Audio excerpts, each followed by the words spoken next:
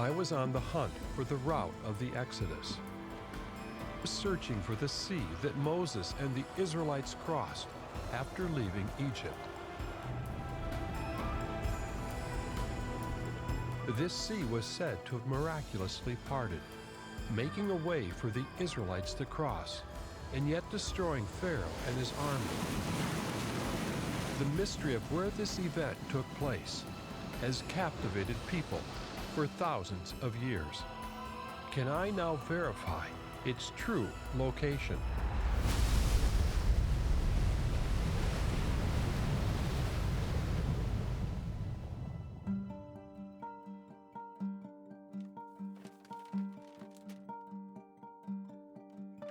The way I was drawn into this investigation goes back to 2001. I heard reports that Exodus explorers diving in the Red Sea were making exciting discoveries of Pharaoh's army on the sea floor. That's what first brought me to Egypt. These divers claim to have found chariot wheels encrusted in coral, along with skeletons. It was so intriguing and very controversial. But over time, I began to realize there was more involved here. Because where you place the sea crossing determines the size of the miracle needed.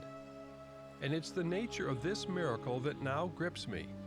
Not just where it happened, but how it happened. I discovered that there are two main approaches that explain this miracle very differently. And there are people of faith in both camps.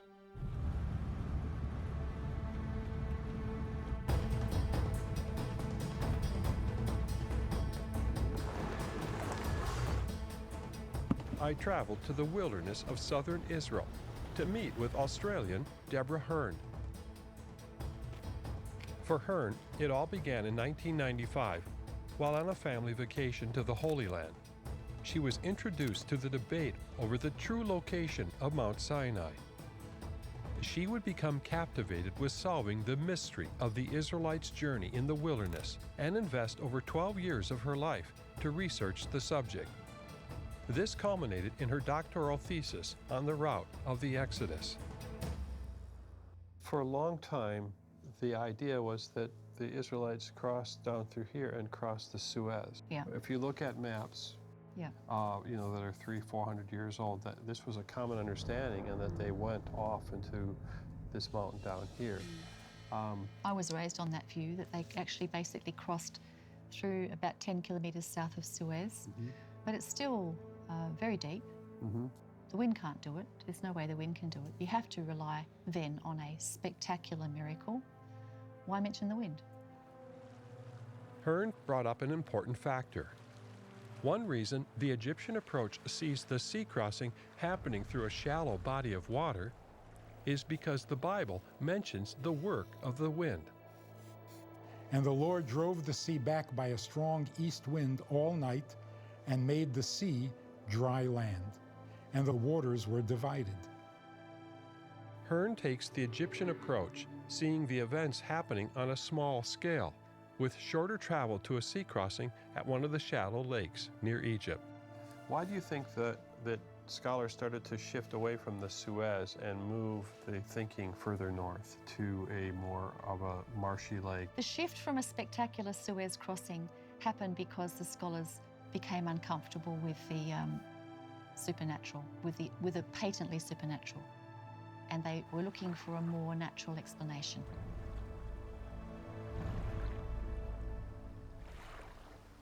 Do you think it was a larger miracle, or do you think it was a smaller miracle?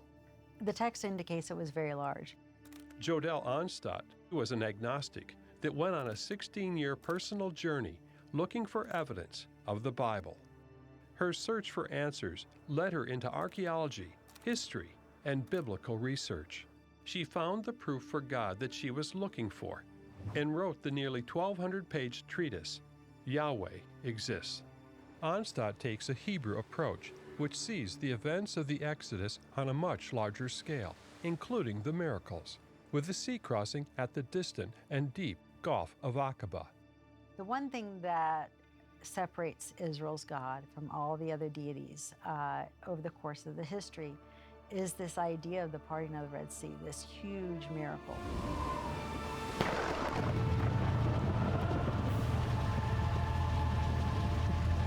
And it is referred to, I believe, over 20 times throughout the Hebrew text as being the defining moment of bringing Israel and making them a nation.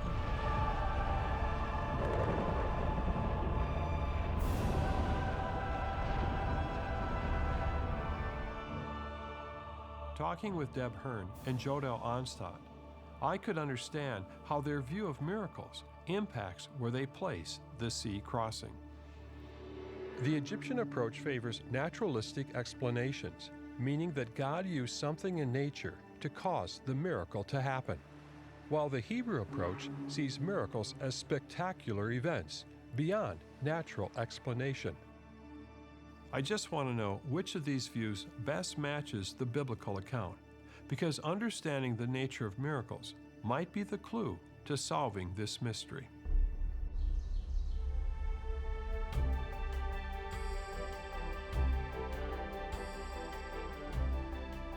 Oxford professor C.S. Lewis had an aversion to God and miracles as a young atheist in the university.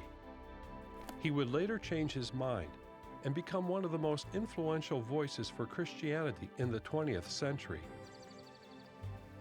He and his good friend, fellow Oxford professor J.R.R. Tolkien, author of The Lord of the Rings, would often talk about the deep ideas in the fantasy worlds they created and their connection to our own. You see, Tollers, our fantasies must show that there is something quite outside this world of ours, especially in this age of machines and artificial environments which we have made for ourselves. Goodness gracious, it's becoming hard enough to gain glimpses of the natural world, let alone the supernatural one to which it points. Absolutely, Jack.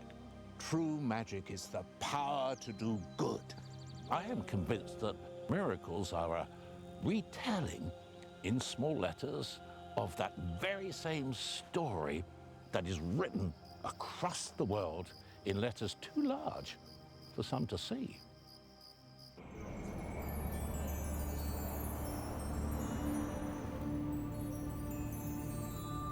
Personally, I had always thought of these miracles as spectacular events.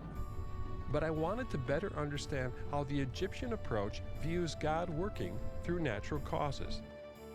So I traveled to England to meet Sir Cullen Humphreys, who wrote The Miracles of Exodus. He's a highly awarded physicist working in the field of material science and the director of research at the University of Cambridge. In 2010, Humphreys was knighted by the Queen of England for his service to science. As a Christian, he sees no conflict between science and his faith. So what do we have here? So here we have, this is the latest machine in the world. It's first in the world to grow LEDs and other transistors and so on. In the future, we want to have micro LEDs, which can actually stimulate individual neurons in the brain so we can understand how the brain works. Then we may have a cure for Alzheimer's disease, you know, so really important. Yeah. While Humphreys views the miracles of Exodus as naturalistic, he also thinks that the sea crossing was far from Egypt at the Gulf of Aqaba, consistent with the Hebrew approach. So he has a hybrid approach, combining aspects of the two views.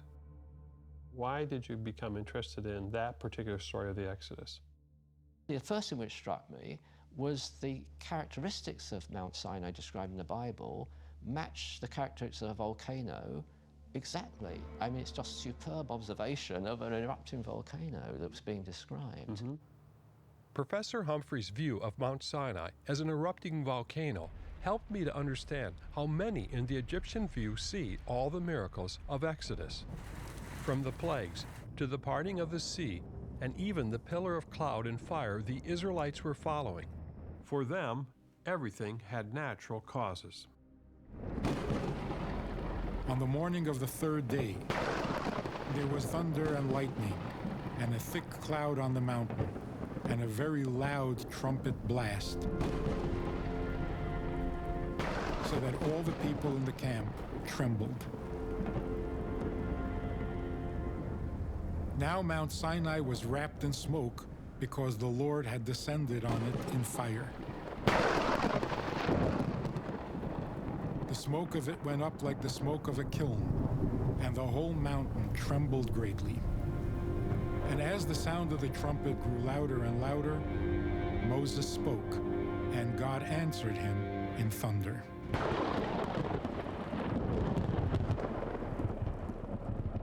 So there's a fire and a smoke, which is the obvious characteristic of a volcano, but there's other characteristics as well. So it talks about lightning on the top of the volcano. And you get this with many volcanoes because the ash which is fired up is charged. And so you then get a discharge, as with clouds, and so you get lightning flashes. And then the whole mountain trembled, the Bible says. And you usually get earthquakes preceding and during volcanoes. Humphreys believes that Mount Sinai was in northwest Saudi Arabia. This area contained the ancient land of Midian, where Moses spent 40 years, and has volcanic activity unlike the Sinai Peninsula. And there's a particular clue which I thought was just remarkable, and that is the sound of a trumpet came from the mountain. And I found a Roman historian called Dio Cassius. He was describing the eruption of Mount Vesuvius in AD 79 in Italy, and he said the sound of a trumpet was heard coming from Vesuvius. And I thought, how remarkable, and what does it mean?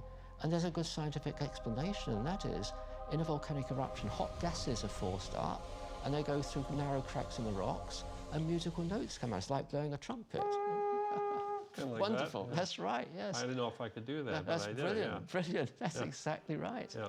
Yes. You've received pushback from some Christians because of your naturalistic ideas. How would you respond to that? I say they're definitely miracles. So the fact we've explained them by science doesn't mean we've explained them away. They're still miracles. They're miracles in the timing. This sounds intriguing, but does a naturalistic approach at times downplay what the Bible describes for these miracles?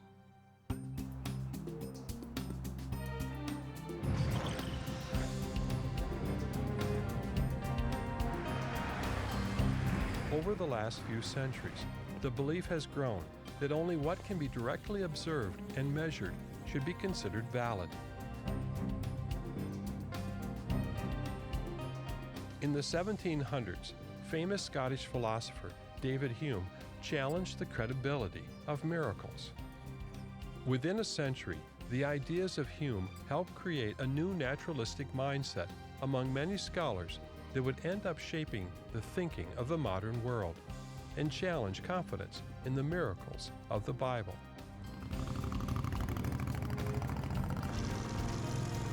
Dr. Craig White is a professor of philosophy at the University of Colorado Boulder. I wanted to talk to him about Hume to understand this shift towards a naturalistic view that's uncomfortable with spectacular miracles. So what are some of the ideas that Hume has developed? Well, Hume is one of the British empiricists. They really said the most important thing is evidence that we can pile up. You mean things that you can touch or things you can see? Right. So you can touch them, you can see them. If you've got evidence, maybe it should be certified in some way. So Hume didn't believe in miracles. Right. There's a famous argument he makes.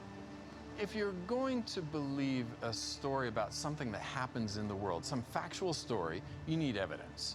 And a miracle, by definition, goes against the way things usually are. In his phrase, it violates the laws of nature. I've heard that. So if somebody's dead and they rise up 3 days later, they violated the laws of nature. If waters are parted at a sea. That's right. If the waters part and stay away, stay apart, so that people can walk through on dry land, that's a violation. So Hume would have an issue with that. A big well, and a lot of other Hume people. doesn't say it's impossible. He says, should I believe it or not?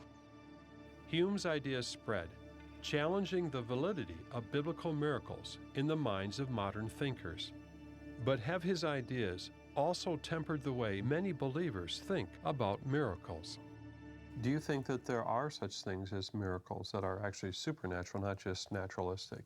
Do you mean spectacular supernatural? Well, for example, the pillar of fire and the cloud. So was there a pillar of fire and a cloud? The Bible says that they were led through the wilderness by this pillar of fire and a Only like a year ago that I read an article that said that this is not unusual for Bedouin companies to navigate their way through the desert. They have a wagon and they burn bitumen in heavy clay pots. And during the day, it sends off smoke, and during the night, it sends off light. And what is the bitumen? Is it a... Asphalty stuff. It's Oh, tar. It burns hot and it burns slow. It was one of the primary products of the Dead Sea area. Now, I'm a conservative Bible believer, and I do believe the angel was with them, and I do believe that God was with them, and I believe that everything that happened to them was orchestrated and created by God.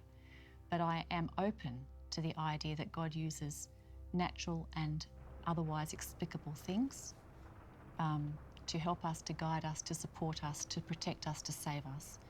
And a wagon with a burning bitumen signal, I'm okay with that, but I'm conflicted. It sounds familiar, and I think, Moses also recorded that at times the pillar of cloud would descend to the entrance of the tent of meeting. This doesn't sound like a natural phenomenon.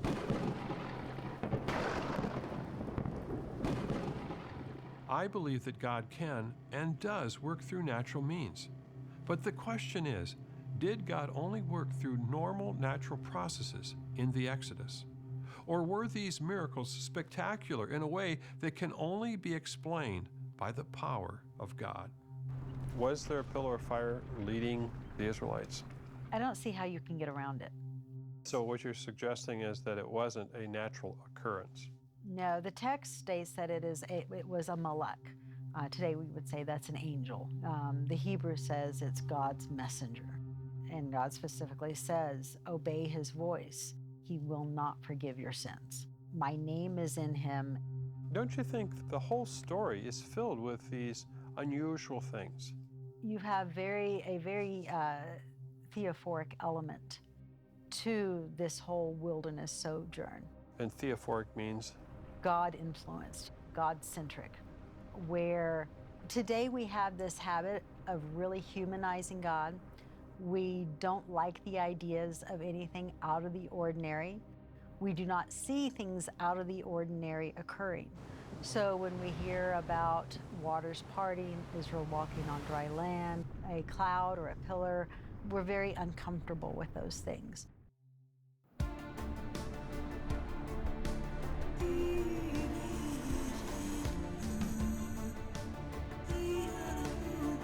Eric Metaxas is a writer, speaker, and the host of the Eric Metaxas Show. I've known Eric for a number of years. He is also the author of Miracles and numerous other New York Times bestsellers. I think it's important for us to understand that miracles are for our benefit. God could do everything in a way that looks naturalistic, but there are times when he wants to get our attention. He wants to say, hey, I'm here. I want you to know that I'm here. So that's actually important, that miracles are a way that God communicates to us. And so when people say, well, it's no big deal, if your attitude is it's no big deal, then clearly it's not a miracle. A miracle is meant by God to be a big deal.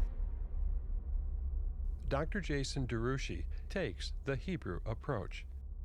The Bible talks about a pillar of cloud and a pillar of fire that led the Israelites out of Egypt and onto Mount Sinai and was with them through the time in the wilderness. What do you think that was? Throughout Scripture, miracles of a grand nature like this were not happening all the time. There's just specific moments in history where God is manifesting himself in this way. I think that Israel is experiencing a cloud, but it's more than that. The language of hovering that occurs in Deuteronomy 32 to describe what it was that that pillar of fire and the pillar of cloud were doing, it was as if they were hovering like a bird over Israel, leading them. And Israel's call was to wait and to follow. The only other place that that language shows up in the Torah is in Genesis chapter 1 of the Spirit of God hovering over the waters. There seems to be a connection here between the cloud and the Spirit. So what you're suggesting then is that the Spirit of God was using this cloud as a way for them to see God leading them out of Egypt? It's not just that he was using the cloud, it was that his presence was creating the cloud.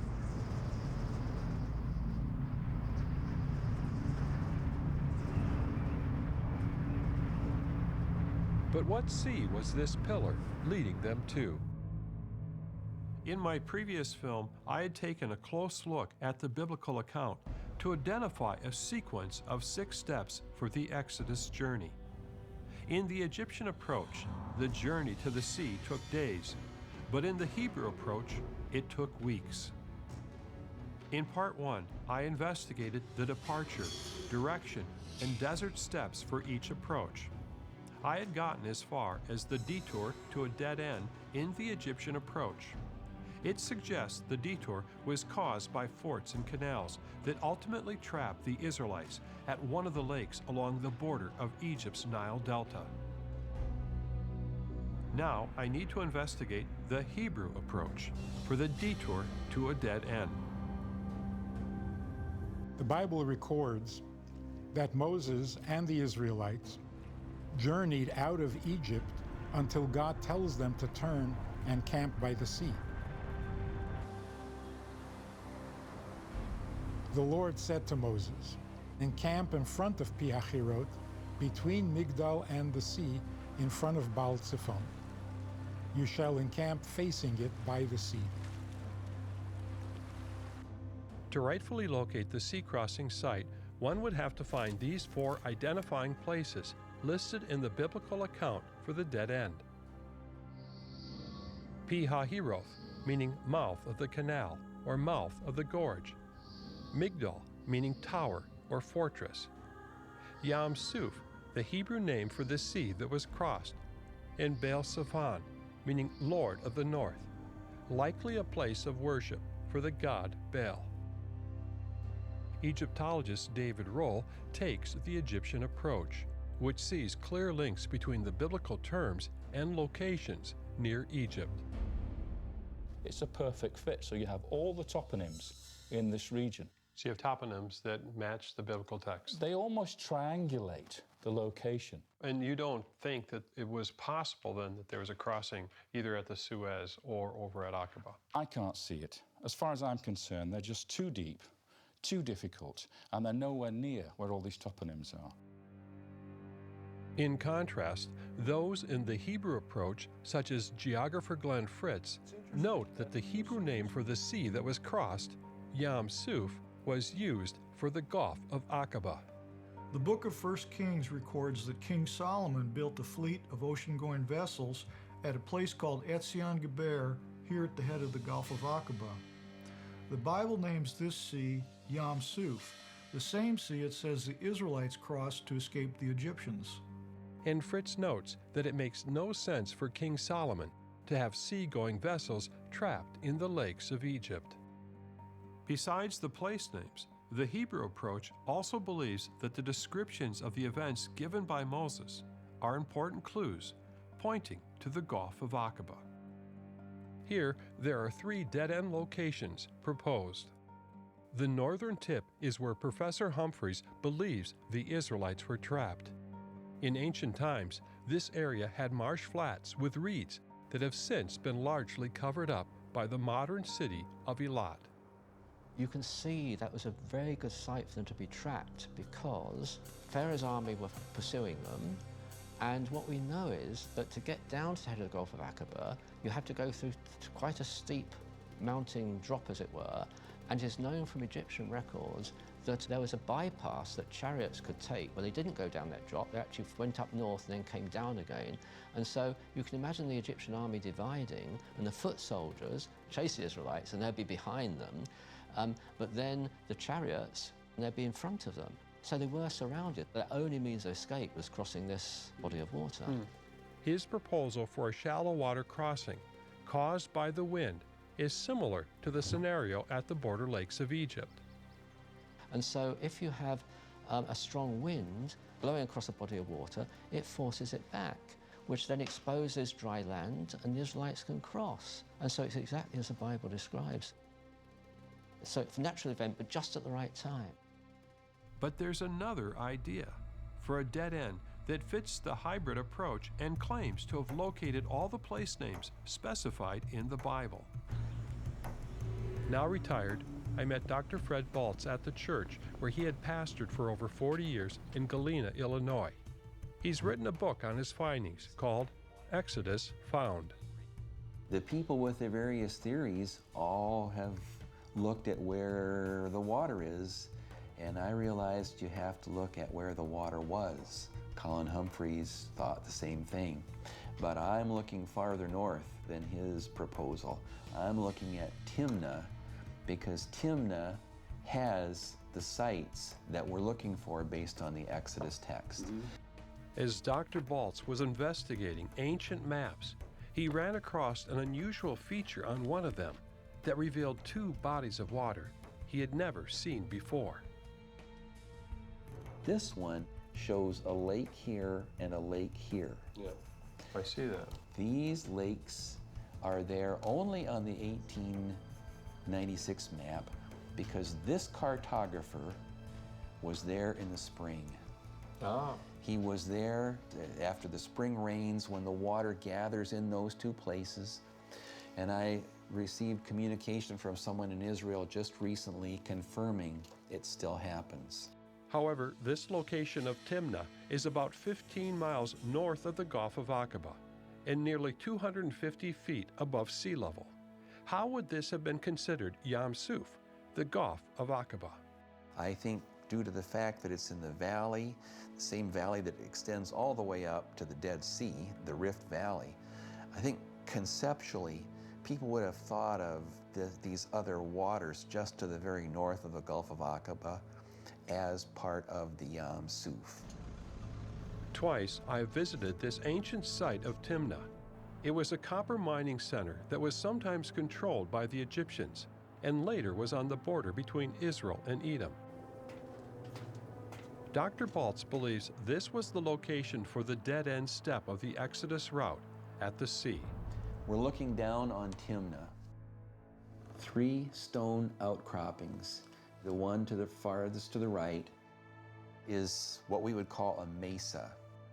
A mesa is a projection from a lower surface with a flat top.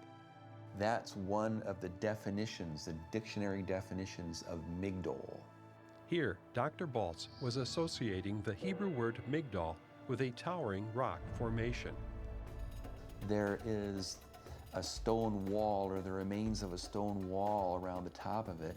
Now, the new understanding is that that wall was for the protection of the people inside, so it becomes a fortress. You have Migdol there, I would say, in spades. On top of the Migdol, there was an ancient Semitic high place, which he suggests was connected to Baal worship, fitting Baal Zephon. Now, if Pi Hahireth means mouth of the waters, we're in the Wadi Nehushtan, which comes down to our body of water here. We have that definition covered too. Dr. Baltz also proposes that Mount Sinai was a volcano in Arabia, the plume of which was the pillar of cloud and fire that was leading the Israelites. Then the angel of God, who was going before the host of Israel, moved and went behind them. And the pillar of cloud moved from before them and stood behind them, coming between the host of Egypt and the host of Israel. So what you're suggesting is that the Israelites were following this band. They had been following off in the distance this pillar. Now the pillar, driven by the east wind, that is the same east wind that will divide the waters, it's coming their way. And that would have been an ominous, frightening-looking cloud. Dr. Baltz believes that the plume from Mount Sinai in Arabia would have been driven counterclockwise around a strong low-pressure system along the ground to the crossing site. There's another instance of a picture from space of a volcanic plume traveling with the wind along the ground. I see.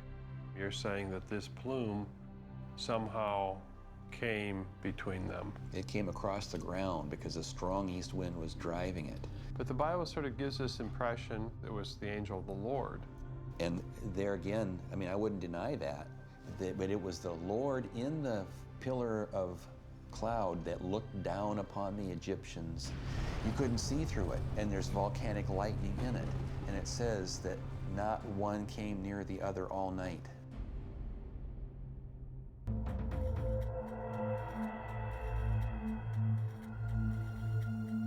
So far, I've seen 2 alternative crossing sites on the northern tip of the Gulf of Aqaba, each involving shallow water. This leaves 2 proposed locations in the Hebrew approach, either of which would demand a deep water crossing. Some scholars reject these locations because they reject miracles. Others, like Sir Colin Humphreys, are okay with the supernatural, but believe God primarily works within the normal laws of nature that we see every day.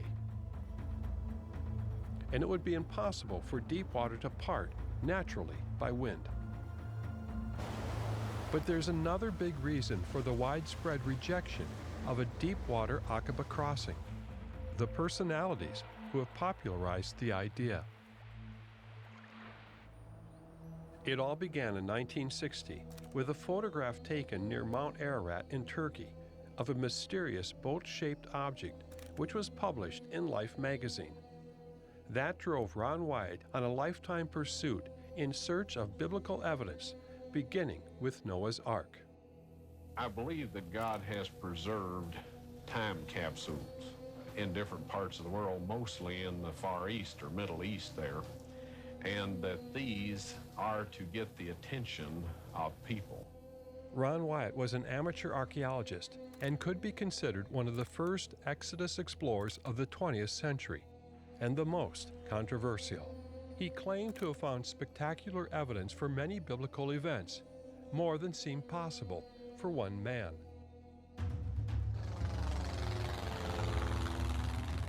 In 1978, he rented a small plane and flew down the western coast of the Gulf of Aqaba, looking for a place where the Israelites could reach the sea and be trapped.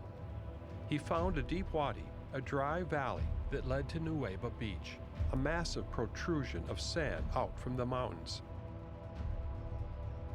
Wyatt later drove to the location. We're out here at the beach that the Israelites came out on when they came out of the canyon system that they had been following by the leading of the cloud, and of course following Moses, who was following the cloud.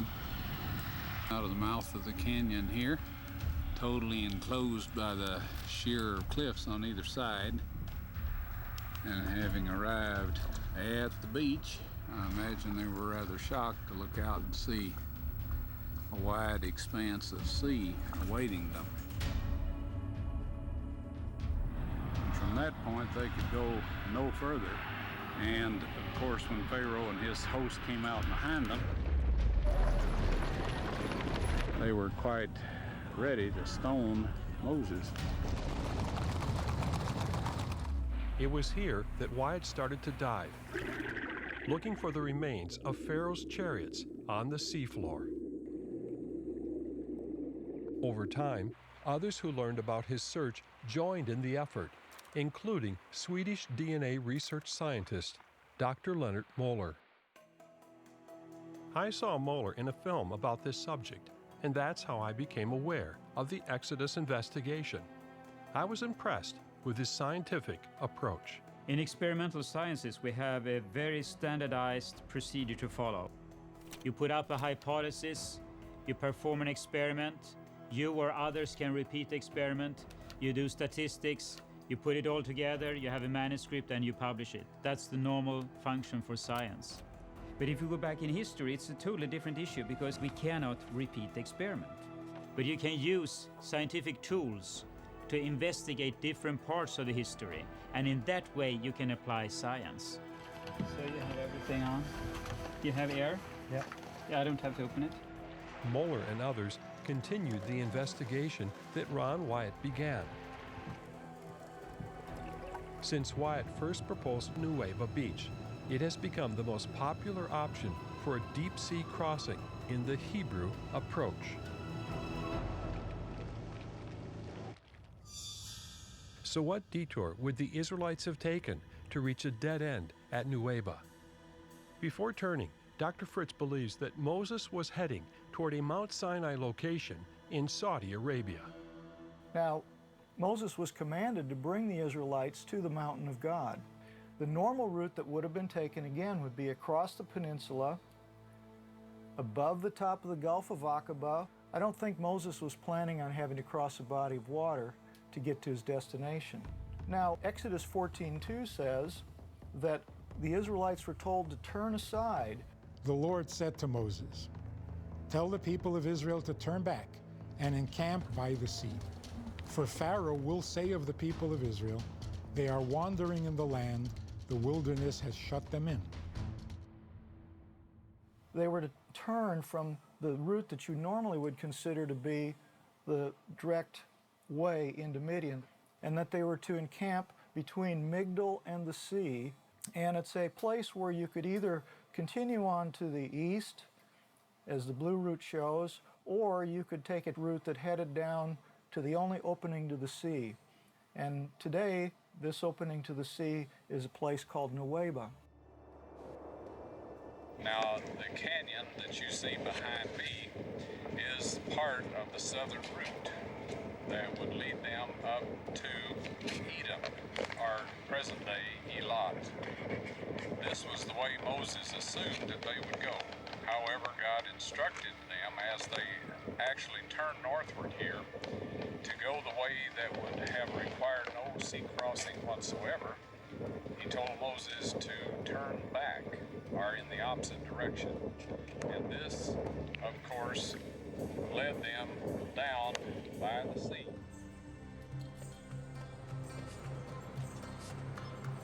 I traveled down this wadi or riverbed canyon called Wadi Watir with Moeller. The road was rough and twisting, and yet I could see it would be easy to traverse the valley floor.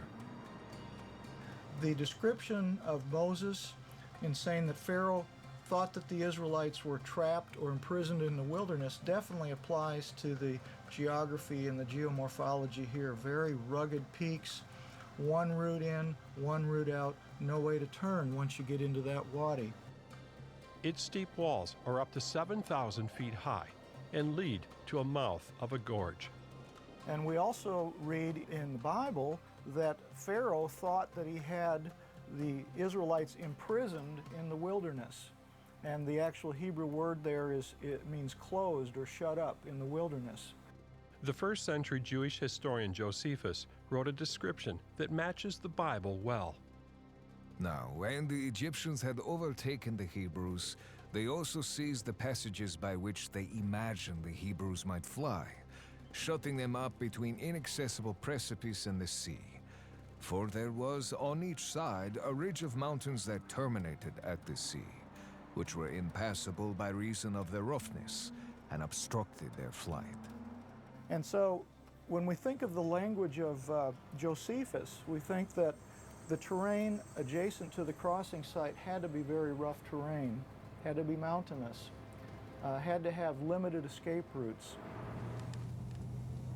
In contrast, Glenn Fritz notes that the land around all the border lakes in the Egyptian view is extremely flat, with no mountains of any kind. And when Dr. Moeller and I traveled to that area, having served as an officer in the Swedish military, he posed a simple strategic question about the Egyptian army. And when we look at the lakes here, why should the army follow the Hebrews out in the water instead of going around the lake and meet them on the other side, and in that sense trap them in the water here? From a military point of view, it would be much smarter to go around the lake and trap them. But that wouldn't be an option at Nuweiba. Here we are approaching the beachhead at Nuweiba. This is about 8 to 10 square miles in area, which would certainly accommodate the Israelites. Now, there are no other beachheads on this side of the Gulf of Aqaba that have this same sort of morphology, where you have adequate space for many people to camp, and you have access to the interior of the Sinai Peninsula. But how do the biblical place names of Exodus 14:2 fit with a crossing at Nuweiba? The Egyptian approach connects the name Pi Hahiroth to the Akkadian meaning of mouth of the canals. But Glenn Fritz favors a Hebrew definition. I believe that you have to consider the landmarks to be large and bigger than life type of landmarks. Now, Moses and the Israelites were told to encamp before or on the face of Pi Hahirot. Now in Hebrew, Pe HaHirot literally means mouth of the gorges. And as we look into this interior of the peninsula, we see that it's a series of serpentine gorges going back into the higher terrain. In Fritz's view, the Hebrew of this verse actually puts the mouth of these gorges where the Hebrews would have entered the Wadi Watir, and that this entrance was facing north, which is what he believes the term Baal Zephon, or Lord of the North, was representing. But what about Migdol? Migdol in Hebrew means tower, and a lot of people would say, well, that's a building or a tower. However, we have to think in grander terms in the broad open wilderness of this area, and think that perhaps Migdol represents the towering mountain mass at the base of the Sinai Peninsula. And so if they encamped at this area here, which is a broad beachhead, now Nuweiba, they would be encamping between the sea and Migdol, the towering mountains. At Nuweiba, Ron Wyatt found a column on the shoreline. It was reported to authorities, who later erected it. Wyatt also claimed to discover a matching column across from Nuweiba in Saudi Arabia that was later removed by the Saudis. A granite column that we first found in 1978, and if you look at the column behind me here, this part was laying down in the surf, and it had been eroded considerably by the surf. This is one of a matched pair of columns set up at the crossing site where the Habiru, led by Moses, crossed the sea. There was an inscription at one time on this, we believe, simply because there is one on a column just like this on the other side. However, it's been eroded away or chiseled away. We're not sure which. It may have been chiseled away and then toppled into the surf. The thing that is unique about it is its design. It's Phoenician design. And the one on the eastern shore had an archaic Hebrew inscription. Wyatt later translated the inscription from memory for the column on the Saudi side. He claimed to have identified the words Pharaoh, Mizram, Death, Edom, Yahweh, and Solomon. He believed these columns were erected by King Solomon and dedicated to Israel's God Yahweh to commemorate the miracle of the Exodus sea crossing. When I look at that, what I see is a Roman column. It's a typical Roman column. It's nothing to do with the period of Solomon at all. Now, as for the one on the other side, on the Arabian side, well, nobody's ever seen that. It supposedly has an inscription on it mentioning Solomon, mentioning Moses, mentioning the death of somebody or other. We don't know, but we've never seen the inscription. We've never seen a photograph of it or a drawing of it, and we've never seen the actual pillar itself. So how can we make a judgment on something we've never seen? When you don't have the evidence to hand, you cannot discuss it. You've got to have that evidence. The debate over Wyatt's discoveries did not end here. Possibly the most controversial find came in 1988. I use some electronics that can tell you where gold is located at a distance. And so I triangulated from the shoreline. I went down and, shall we say, started moving silt and stuff until I actually found this gold veneer chariot wheel. I contacted Dr. Gregor Hudson, a marine ecologist and coral expert. He is also the founder of Reef Check. I showed him images of Wyatt's gold veneer chariot wheel. The suspicious thing about that particular photograph is that the wheel is extremely clean. And as we can see from the underwater footage, anything that sits on the bottom for any period of time that's got a nice flat surface to it will be encrusted with all kinds of living organisms, from squishy little sponges to hard calcareous objects, from bryozoans to corals. And so it's extremely suspicious looking to see an object like that. Over time, the claims by Wyatt and the other Exodus explorers became widely criticized because of their inability to verify their finds, as well as their amateur approach.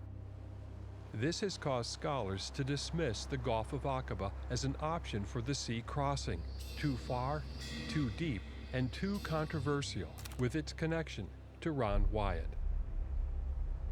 However, Wyatt wasn't the first to suggest a sea crossing at Aqaba, or that Mount Sinai was in Arabia. A century earlier, Charles Beeke, one of England's preeminent geographers, also proposed these areas. But for these radical ideas, he was stripped of his gold medal for his achievements in geography. All these Exodus explorers defended themselves by claiming they were documenting sites that no one would acknowledge had potential connection to the Bible. And in some cases, these sites were off limits, even to archaeologists. But the question remains, whoever put pillars here, whether one or two, what were they marking? Wyatt's claims divided people. Some believed he was led by God, but there were others who argued he was a fraud just out to make money. I never met Ron Wyatt. He died several years before I was involved, but I did interview people who knew him. Eric Lemke was one of them. Lemke joined the fire department right out of high school. He later joined the U.S. Forest Service as a hotshot, jumping out of helicopters to fight remote wildfires. He went on to get a degree in business at Cal Berkeley. I always wanted to work in national security matters. I ended up getting accepted, went all the way through the process, started working for the government, national security matters, federal law enforcement. So tell me how you got involved diving at the Red Sea. I always had an interest in biblical stories. And I happened to meet an amateur archaeologist by the name of Ron Wyatt. I thought, I need to meet this person firsthand to verify, one, the messenger, and two, personally, if I can, evaluate whether or not they had any credibility. I know that people have been very critical of Ron Wyatt, thinking that he's not credible. Sure. Let's be honest. One man finding this location, as well as, quote, a lot of other locations that he's made the claim to find. I think if somebody is not skeptical to begin with, just believes it at face value, they're not doing exactly what they should do. Because what does the Bible say? It says, prove all things, hold fast to that which is good. And so that's what I did with Ron. I thought, okay, I've got to meet him, then I've got to evaluate these things firsthand. And I found him to be consistent all the time. Now, there's certain things that he has made claims of that at this point in time, we don't know the answer to it. But I take it from the approach of, let's wait and see. And I had no reason to doubt him from what I had seen. I didn't witness some of the previous chariot wheels that were documented. I didn't see them. But I believe that he found them based upon what I just told you and my experience with him. He was one of a kind. I'd never met anybody else like him. I too just wanted to know if there was any proof to the things these Exodus explorers claimed to find at Nuweiba Beach and how that fits into the pattern.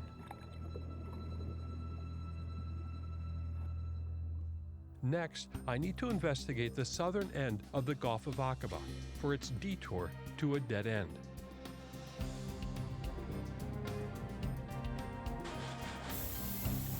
Steve Rudd is an archaeologist and researcher who runs the world's most visited website dealing with matters of biblical archaeology. He has also written the book Exodus Route Restored.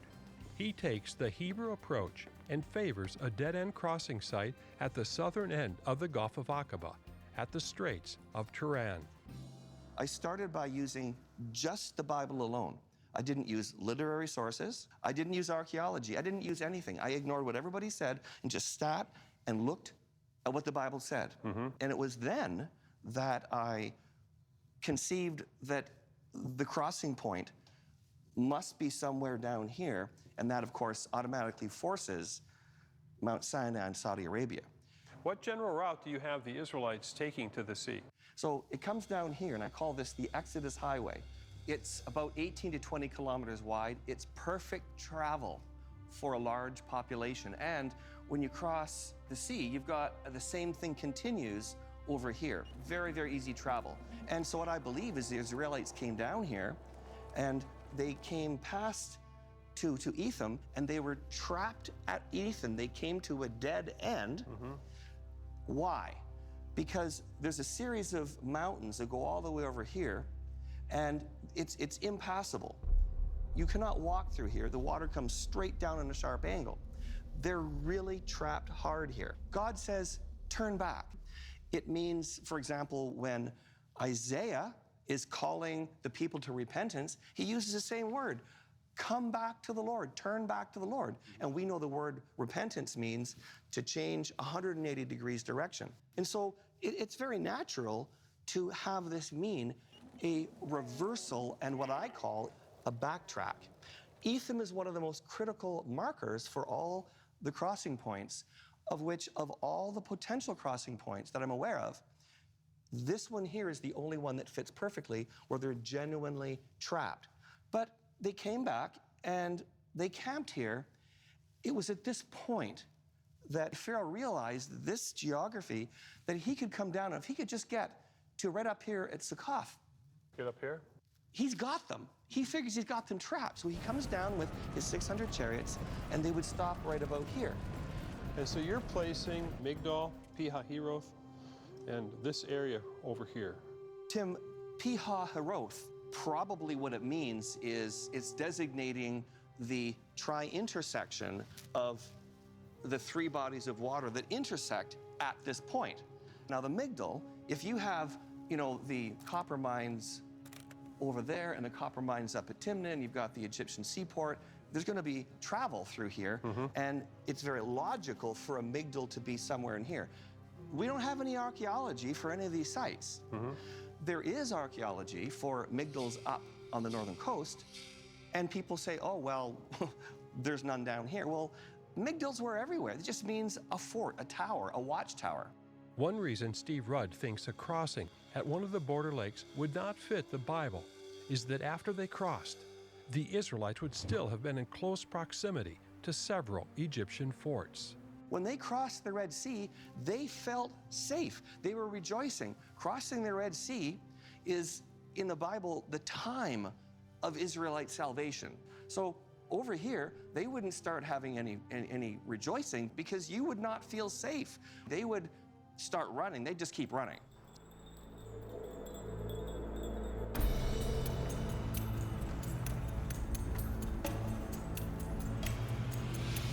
In the detour to a dead-end step, which one of these locations seems to fit the biblical account best?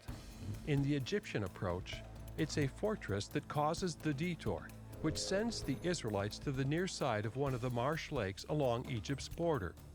It links place names mentioned in the Bible for the dead end, with Egyptian meanings and locations. In the hybrid approach, the detour proposals near the north end of Aqaba favor naturalistic explanations for the pillar of cloud and fire, with a volcano as its source, and the dead end occurring at shallow bodies of water.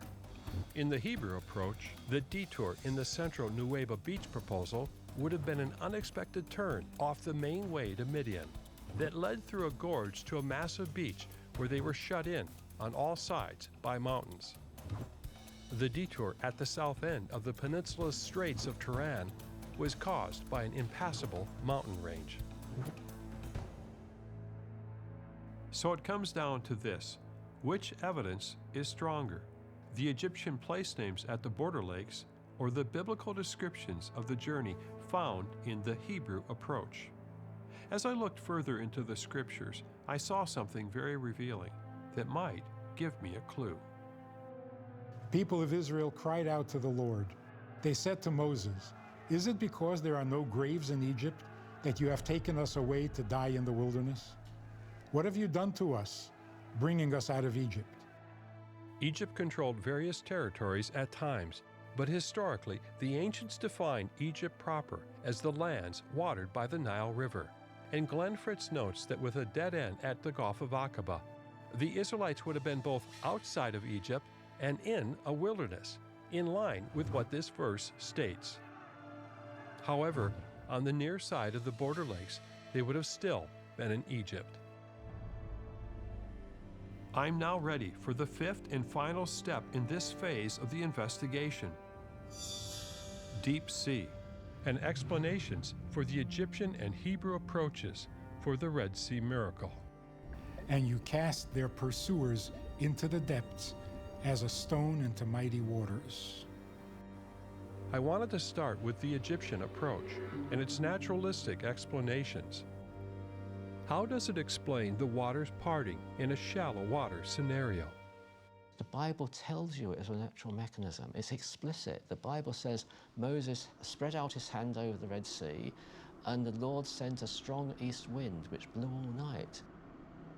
So the Bible's telling you it's a strong east wind which blew all night, which did it.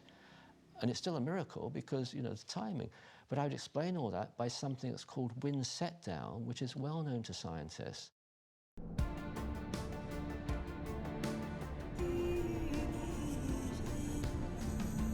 While in Boulder, Colorado, I met with another scientist about this wind set-down idea. Carl Drews is a software engineer at the National Center for Atmospheric Research. He wrote the book Between Migdol and the Sea, Crossing the Red Sea with Faith and Science. He has studied storm surge modeling and the wind's effect on water and land masses. He proposes the Exodus crossing happened at a lake north of Bala Lake, at a place he calls Lake Tanis, near where Lake Manzala is today. How in the world did you decide to get involved with this? I was in graduate school my first semester, and Professor David Noon was explaining the Ekman spiral, how the wind blows across water and the water pulls back and recedes from the shoreline. And suddenly there came into my mind, I've heard this story before. I've heard this. This is about the Exodus and the parting of the Red Sea. The strong east wind blew and the waters parted, and Moses and the Israelites escaped. So as everybody else was taking notes, my mind was elsewhere, daydreaming and thinking about this scenario and how this could fit. And so the key is the east wind, isn't it, for you? The east wind is the key. If the direction comes from any other place, then the crossing there won't work. Curiously enough, I didn't really have to know the wind direction. The only possibility for a crossing with water on both sides is really up here. Even if you try blowing the wind in all sorts of different directions, you get no set down at the Gulf of Aqaba. You really don't get water on both sides here. So still, the only possible place is here. If you had told me that somewhere near the Sinai, wind blows and splits the water, I could find it from there. Okay, how does it work? How does wind actually move water? I'll explain how this works by showing you an animation here. This is the results of the computer model. This is a schematic of what the area looked like. And so what we see is the Lake of Tanis here. All in the blue is bodies of water. The deep blue is the Mediterranean Ocean, and the green is low-lying land. The red is higher land on the Sinai. So where were the Israelites? The Israelites began on the point of this peninsula here, looking toward the east. And so we'll see what happens to these bodies of water when the wind blows. Nothing much happens at first. Then you see this brown area growing here on the east side. That's dry land. That's where the water has completely blown away from the surface of the lagoon, leaving dry land below, which is now 2 meters below the former level of the water. So it's blowing back and creating a larger and larger area of dry land there. The Egyptians are over here somewhere. The Israelites are stuck on the end of this peninsula, hoping that something good will happen out of this. The water is pulling back, and at about 9.5 hours, sure enough, there's a dry path leading forward to freedom there, which is the opposite shore. They have water on both sides, so they start heading across. Wind keeps blowing, and they have plenty of room here. So it's really not a narrow passage as you've seen in lots of these depictions. It's quite a wide area. This is probably 4 kilometers wide, so there's room enough for anybody to go through. They crossed along this land bridge here. This brown area here is dry land, and they are now safe, exhausted on this point here, but they're alive. And the chariots, meanwhile, have figured out what's happening because it's now dawn. 12 hours after the wind starts blowing, the wind stops. So water now is unconstrained by the force of the wind, and so it's going to be surging in from both directions. So if they are stuck in the gap, they're going to drown. How deep would that water have been? Right now, the lakes here are about 2 meters, maybe 1.5 meters deep. That depth of 2 meters fits the definition of somebody drowning, especially if they can't swim very well with their armor on. It's also the present depth of these lagoons here, so there's a decent basis for thinking about 2 meters deep. With that returning water, could it even be higher than 2 meters? Yeah, the return surge certainly would be higher. Maybe it'd be 3 meters deep, maybe even 4. When it comes back, it forms this thing called a hydraulic jump, which is basically what most people call a tidal wave. And it's this huge frothing wall of water which comes just at you, and if you're in the gap there and you've been up all night and you're trying to get yourself free, it would be terrifying to have this wall of water coming at you. Yeah. And there would be no escape from it. I showed Carl Drews' wind set-down animation to David Roll, and he noticed that the Bala Lakes area went dry before Drews' Lake Tanis area. And I've seen that the Bala Lakes area does dry up on that model, but there's a reason for that, isn't it? Something to do with the depth of the water, is that right? Yes, the Bala Lakes dry up in the north part, and what has been postulated there is that it's a marshy area. It's not a full lake, so I have modeled that as a 0.5 meter deep, which is about 2 feet or so, whereas I have the Lake of Tanis at 2 meters deep, which is about 6 foot 7 inches. So if there's a shallower area, such as the marsh, it will dry out quicker during the wind set-down event. But it won't be as dramatic in terms of the return of the water when a very shallow situation like that, would it? Yes, you would get about 1 meter of water coming back over it in the return surge, which would be about waist or chest high, but that is a smaller return surge than I postulated the Lake of Tanis. Right, but what happens if we adjust your model a little bit? Let's say, for instance, we increase the depth of the water to 1 meter. Would it still have the wind set-down effect? A moment ago, I quoted to you a 6-hour crossing time. If the water were 1 meter deep at the Bala Lakes, perhaps the crossing time would be 4 or 3 hours. So it'd be a shorter time, but yes, it would still happen. How might a wind set-down have looked for an Exodus Sea crossing if it happened at one of the shallow bodies of water, either on Egypt's border or north of Aqaba?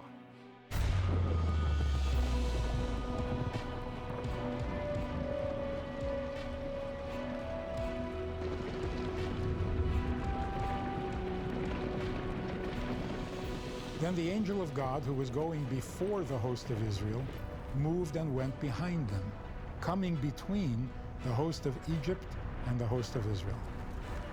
And there was the cloud and the darkness, and it lit up the night, without one camp coming near the other all night.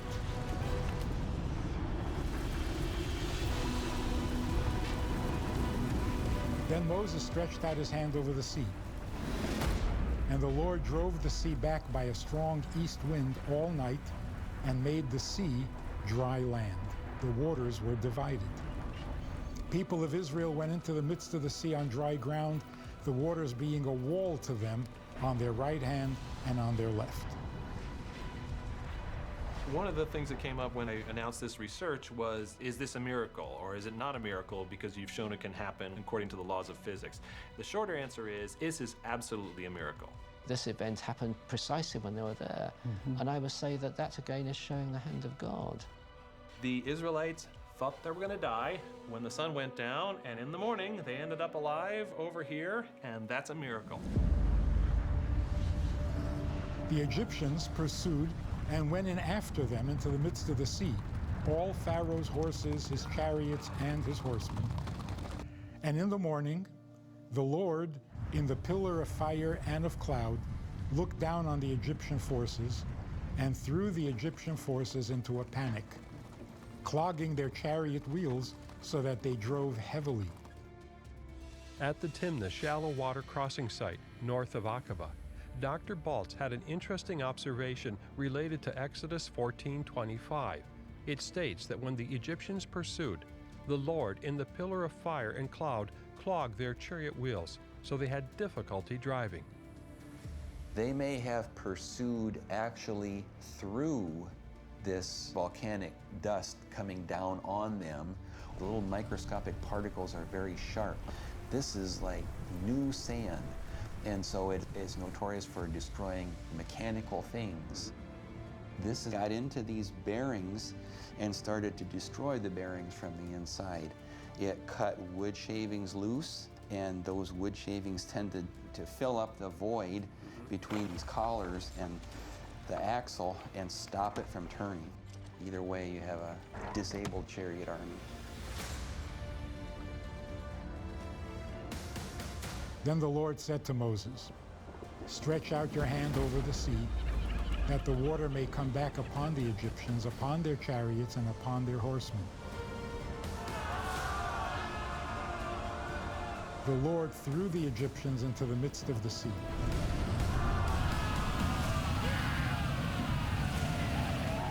And the sea returned to its normal course when the morning appeared.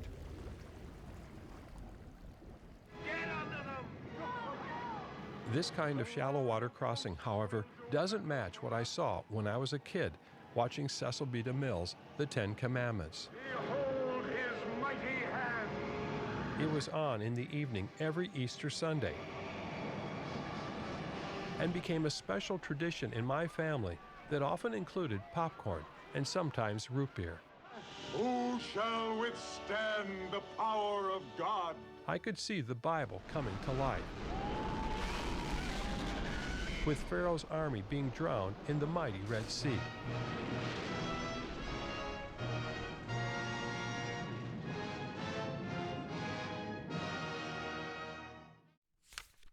This is an illustration by Gustave Doré, who grandfather copied without embarrassment. This project allowed me to get to know C.C. DeMille, Cecil B. DeMille's granddaughter. We spent several days talking about Cecil's intensive preparation for making the Ten Commandments. And hung up the phone. One of the things I found very interesting about your grandfather was how much research that he put into making the films that he made. For DeMille, research was everything. He said he made his movies at his desk. Indeed, he did. And Josephus wrote But he always wanted to make the story of Moses. So he never stopped researching Moses. Between the baby and the basket. We had so much research that Henry Nordlinger, our leading researcher, wrote a book for USC called Moses in Egypt, which at the time was the best research done. To film the Ten Commandments, we rolled our cameras on the very ground that Moses walked. Here from the land of Goshen, across the Red Sea, down through the deserts of Shur and Sin, to Mount Sinai, the holy place of God. What I find ironic is that DeMille's research led him to follow the Egyptian view of his day by putting the sea crossing at the shallow border lakes. Lead them through the midst of the waters.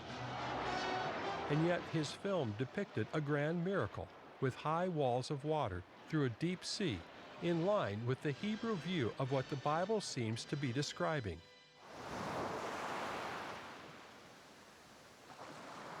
But this spectacular depiction is not how a crossing would have looked at one of the shallow marsh lakes. The challenge that I see with wind set down is that the water would be miles away. I mean, it would be pushed miles away from either end, and you wouldn't see a wall of water. You would see a wall of water coming back at you, I suppose, once the people are through and the Egyptian army is at the center of this. But well, let's just say when Cecil B. DeMille, made his films on the Ten Commandments, he illustrated the fact that the Israelites were walking and they could see the wall of water on their left and wall of water on their right.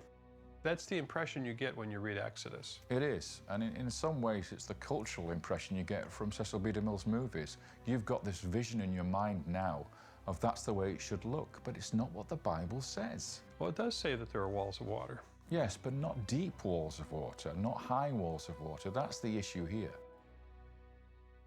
But is the Egyptian view ignoring or downplaying important biblical passages, talking about deep waters with walls? The Hebrew approach says they are. It comes down to the definition of Yam Suf, the name Moses gave for the crossing location. This term is translated Red Sea in most modern Bibles. However, it is thought to mean Sea of Reeds by those in the Egyptian approach. But the Hebrew approach sees many reasons to look to the Gulf of Aqaba as Yam Suf, where the miraculous crossing took place. I set off for one of the largest seminaries in the United States. Duane Garrett is a Hebrew scholar who authored a commentary on Exodus. Every biblical occurrence of Yam Suf that identifies a location puts it at the Gulf of Aqaba. There are many places where Yam Suf is used. It doesn't specifically say where it is, it just says the Yam Suf, and that's what you have in Exodus. But there are many other occurrences of the term Yam Suf that clearly put it at the Gulf of Aqaba. Yet those in the Egyptian approach, including geographer Dr. Barry Beitzel, disagree. The expression Yam Suf is being used to identify more than the same body of water, more than one. It did refer to the Gulf of Aqaba, but it also referred to the Gulf of Suez. It referred to inland lakes. However, the Hebrew approach believes this view is based on circular reasoning and the false assumption that the crossing had to have happened near Egypt. There is no reference to Yam Suf that has geographic markers attached to the term in the narrative, in the description, that put it anywhere except the Gulf of Aqaba. But there was more to this point. In Exodus 23:31, God tells Moses to record the boundaries of the promised land. God says, "I will set your border from the Red Sea, or Yam Suf, to the Sea of the Philistines." The southern border of ancient Israel has always been known to go from Aqaba to the Mediterranean, as it does today. And if Moses is an eyewitness to the sea parting and is recording something as important as the boundary sea by the same name, wouldn't it be important to have a specific location in mind? That's why those in the Hebrew approach declare that Aqaba is the only option for a crossing that fits the biblical criteria of being both outside of Egypt and a border marker for Israel. I've actually heard from some scholars that, well, there are many Yam Sufs. And what you're suggesting is that that couldn't be the case if this is a boundary marker in the Bible. You're right. If this had multiple definitions, it dilutes the meaning of Yam Suf. And it was given as a boundary of the Promised Land. And if it was a generic, generalized body of water at any location that you want to imagine, it wouldn't make any sense as any kind of a boundary for the Promised Land. Another thing that troubles me about a shallow water crossing is that Moses emphasizes the depth of the sea. That's why this step is called deep sea. And you cast their pursuers into the depths as a stone into mighty waters. As I looked at the Song of the Sea recorded in Exodus chapter 15, Moses also mentions heaps of water that were piled up, and he calls the water the deeps in the heart of the sea. If he's writing an eyewitness account, then a shallow lake scenario doesn't seem to match these descriptions. And this wasn't the only place. The Bible has numerous references to the crossing being through deep and mighty waters. There are some verses in scriptures that says it was the great mighty deep sea in Psalms and places like that. So what are your thoughts on that? When you look at those verses that talk about the great depths and sank like a stone, those are all in poetry. So for example, Exodus 15, the Song of the Sea, and also in Psalms. So in poetry, it tends to be metaphor and symbols and kind of exaggerate things. So it's not a strict narrative there. The thinking is that if it's poetic, it's fictional. Right. Or it's exaggeration. Historical truth claims can be made in multiple genres, be they narrative or be it poetry. And we see both, evidence of both, in the scripture itself. Well, I was thinking about the Star-Spangled Banner, which is talking about a battle. You know, oh, say can you see by the dawn's early light. Bombs bursting in air, yes. But when you think about the Star-Spangled Banner, it's a poetic retelling of an event. And the fact that imagery is used does not diminish in any way the veracity of the reality that it testifies to. The key is identifying that it is the exact same account and the same God that is being described in Exodus 14, narrative, as in Exodus 15, poetry. What it describes is a big God who is orchestrating the very hearts of the Egyptian rulers. He foretells, I'm going to harden their hearts so that they will go into the sea. He pushes Egypt into the sea. He carries Israel through the sea. He causes the wind to blow, the waters to crash, decimating the entire Egyptian army. All of that in the narrative. It's not just that wind shows up and that's the only miracle. In chapter 14, verse 17, God himself declares, I will get glory over Pharaoh and all of his hosts, his chariots, his horsemen. This isn't about wind getting glory. This is about God getting glory, so that everyone will know this was indeed about him. Yet scholars in the Egyptian approach stress that because Yam Suf means Sea of Reeds, the crossing site requires shallow, reedy water. To have papyrus grow while you can have salt water or fresh water, you have to have shallow, quiet water. It has to be calm. The water has to be calm and the water has to be shallow. So any of these lakes would fit that. But does Suf really mean reeds, or even any kind of plant? And was there a Hebrew word for a plant besides Suf? Yes, there's a word for plant, but that's, in a sense, almost not a relevant question because this is an Egyptian word, and we're in an Egyptian context. The first time Suf was used in the Bible was in the passage after Moses was born. Most English translations say that Moses' mother placed him among the reeds, or the Suf of the Nile. In this passage, Dr. Beitzel believes that the Bible is using terms borrowed from the Egyptian language, and that these Egyptian words determine how to interpret the meaning of Suf. And after 3 months, the daughter of Levi, the mother of Moses, was no longer able to hide him, so she got for him a papyrus. That word is used only twice in the whole Bible. It is an Egyptian loanword. Papyrus is not going to be a Hebrew word. She made for him a papyrus basket or chest. That's used twice here and only one other place in the whole Bible. It's an Egyptian loanword. And then it says, she took it and she placed it in the Suf, in the reeds or whatever, along the edge of the Nile. Then, we're told, the Pharaoh's daughter saw the basket or chest in the midst of the Suf, and she sent her servant girl to get it. So in the span of about 5 verses there, we have 7 different uses of Egyptian loanwords.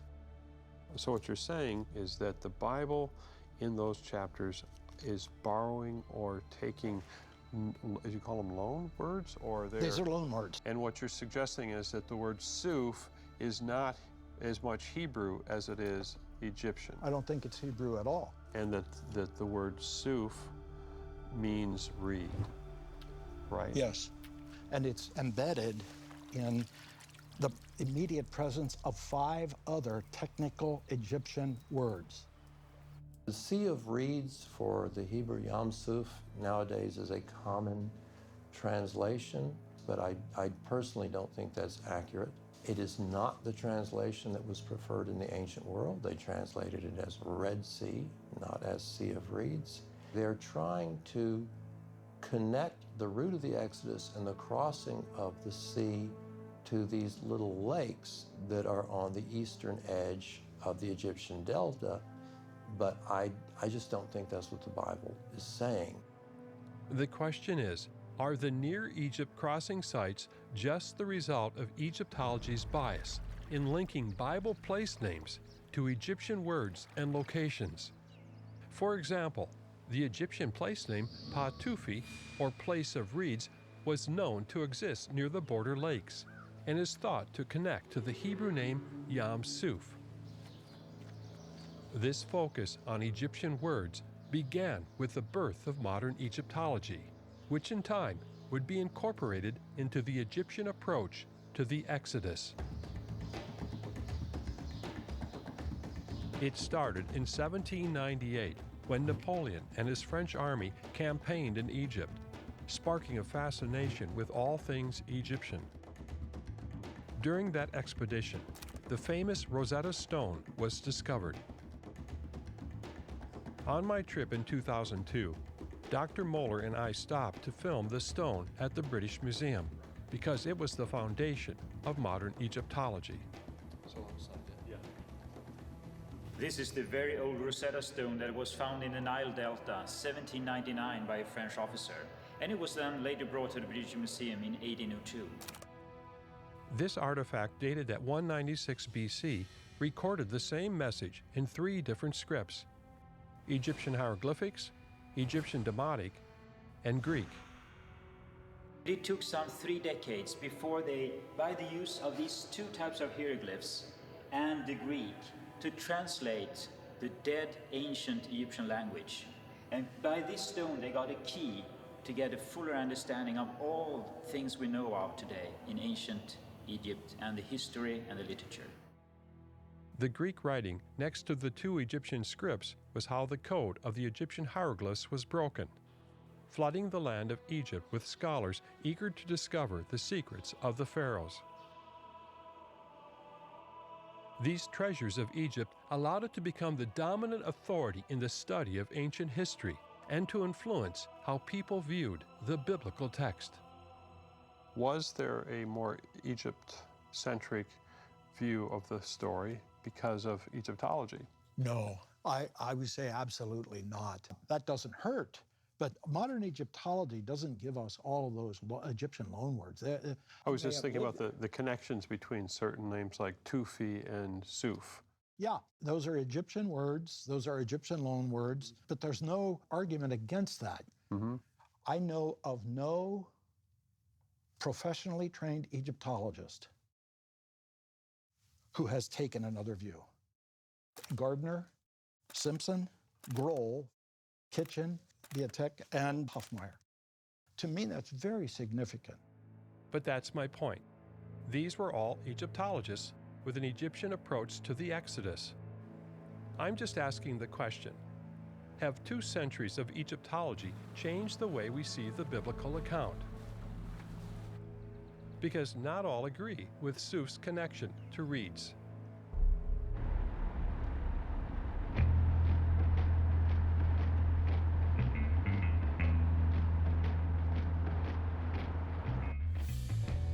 I went to Penn State University to meet with one of the world's foremost Egyptologists, Donald Redford. The Bible says that the Israelites crossed the sea. In Hebrew, it says the name was Yam Suf. What would you say Yam Suf was? Well, there are several schools of thought about this. If you agree, and I don't, but many people do, that Suf, Yam Suf, is Chufi. It's an Egyptian word meaning reeds. The lake of reeds, or the pond of reeds, is a vast extent of low-lying land, and it borders on Pi-Ramesses. But there are others who derive Suf from the word for destruction. Yam Suf, the sea of destruction. Really? Yeah, and there is another word, Suf, well, it's the same, from the same root, meaning the end. The end, yeah. Final part of the sea. In Hebrew, we have to remember that words are in families, and the families are determined by the root verb. And for Suf, the root verb is safa, which means to consume, to destroy, or to perish, the idea of an end. And of the 101 Suf-like words in the Suf word family, 72 of the verses correspond with the idea of end. So it would be Yam, sea, and Suf, end. End, very simply. In Exodus chapter 2, Moses' mother made him a papyrus or reed basket. But this is a different word than Suf. Suf was where his mother placed him. In the original Greek Septuagint, those scholars did not give a vegetation name to Suf. They called it Elos, which can be a pool or ooze. Perhaps Suf was referring to the edge, the end of the water, the edge, the shoreline. The point here is that Suf does not need to have a vegetation definition. What I know is that the Israelites journeyed out of Egypt, crossed a desert, and were told to turn back and encamp at the sea, called Yam Suf. Was this the Sea of Reeds? Was it near Egypt? Or was it the Gulf of Aqaba? Yam Suf was not the Sea of Reeds. It was not a weedy sea. I believe that Yam Suf meant the Sea of the End. That means the end or the boundary of the Promised Land. A lot of energy and work has gone into translating Yam Suf. None of that matters because we have 6 Bible verses that explicitly call the Gulf of Aqaba Yam Suf. So you know what that means? I don't care how you translate it. You can call it the Sea of Reeds, you can call this the Red Sea, you can call it the Blue Sea, I don't care. This is Yam Suf. Now the ocean's over there on the left. This is Ocean Drive. Well, the thing about being here at the Atlantic Ocean, it's part of the sea, and so my mind always wanders to the events of the Exodus at the Gulf of Aqaba. You see the waves and you see the depth, and it must have been a horrific experience for the Hebrews to see that body of water in front of them with the waves and not have any idea that it could be supernaturally parted. How would it be possible for anyone to cross the Gulf of Aqaba on foot? Huge mountains on every side plunging straight down to the 6,000 foot deep waters of the Rift Valley itself. I would tell you, first of all, that you're looking in the wrong spot. It's simply too deep. There is absolutely no way, barring a supernatural act, that people could have gone across there, that much water could have been moved. Dr. Fritz explained to me how crossing at Nuweiba Beach would be possible if the water was removed. When we look at the structure of the Gulf of Aqaba, the distance between the hypothesized crossing point and the shore of Arabia is about 9.7 miles. The problem is it's about 2,800 feet deep in the middle. And that's the big problem. I mean, people do not see this as a possibility. A lot of people just think this is ridiculous. Oh yeah, it's an impossibility. Some investigators have said there's a land bridge in here. That's not true. There's no land bridge at 2,800 feet underwater. What there is in the midpoint is a plateau from north to south. Because these areas here are cavernous. I mean, they're... Yeah, you can see this dropping off steeply here, dropping off steeply here, but there's a plateau that if there was a path through the sea at this point, the path could be several miles wide and still accommodate a footing that could be managed by the multitudes. I could see that the seafloor off Nuweiba Beach was unique in all the Gulf of Aqaba. However, David Rohl doesn't see any rational possibility for a deep sea parting. So my big problem is this business of identifying the Gulf of Aqaba as Yam Suf, simply because of its depth. And we're talking about several hundred meters of water here. How on earth could that sort of water be moved by a strong wind? And the Bible tells us it's an east wind. Well, the question is it a physical, naturalistic event that God used nature to do it, or was the wind symbolic? Why mention the wind if it's not the mechanism for making the dry land? Yeah, that's a good question. You know, and as I'm saying, I'm not in the position of having to prove the miracles. Yeah.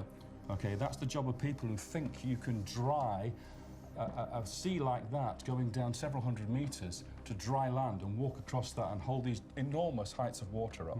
What could cause that? You say a miracle. Okay, well, give me the evidence that there was a miracle performed here. What evidence is there? Others have different challenges to a crossing at places like Nuweiba Beach. I met with marine biologist Dr. Robert Carter from Creation Ministries International. He has a PhD in coral reef ecology. One of the main problems with Aqaba, I don't care how deep the water is, because this is a miracle. God can do what he wants. but one of the main problems is the entry and the exit. The western side tends to have a more gentle slope, but the eastern side has a steeper slope. So maybe there's a place where God could have picked out a path where they get to the other side and they could, meander back and forth to climb up. But that's no easy thing. When you're talking cattle, old people, young people, babies, it'd be a very difficult trek. John Hall, working with the Geological Survey of Israel, was the first to publish scientific data concerning the slope of the underwater plateau. On the north and south of this plateau, the depths plunged to more than a mile, certainly meeting the biblical criterion of a deep sea. Yet the terrain from shore to shore has an average slope of less than 7 degrees. To put this in perspective, a maximum grade on an interstate highway is 6 to 7 degrees. The downslope here was 6, the upslope here was 7.4. A wheelchair ramp, 7.125 degrees. These grades seem to be no different than the kind of terrain they would have encountered as they traveled through the wilderness. But what about the slopes at the Straits of Tiran? Well, the depths are very forgiving here. It goes down to about 300 meters, and it comes back up to about 50 meters all the way. 80% of the route is under a relatively flat 50 meters below the surface. And so there's this little area here of a dip, and it's very easy. I've looked at the angles and the slopes. It's no problem at all. The Straits of Tiran are not as deep as these other places, but it's like a roller coaster ride to get through some of these 30 to 40% slopes that are encountered in the channel area. And certainly would not accommodate any wheeled vehicles like chariots. Either route is really quite simple. The slopes of Tiran, in some places, could be a little steeper, but remember, God prepared for them to make this crossing, and He also gave them supernatural help. As I filmed Moeller walking along the shore of the Gulf of Aqaba, I was filled with a sense of awe. If you were to pick a location to part the water, this would have been one of the most spectacular places to do it.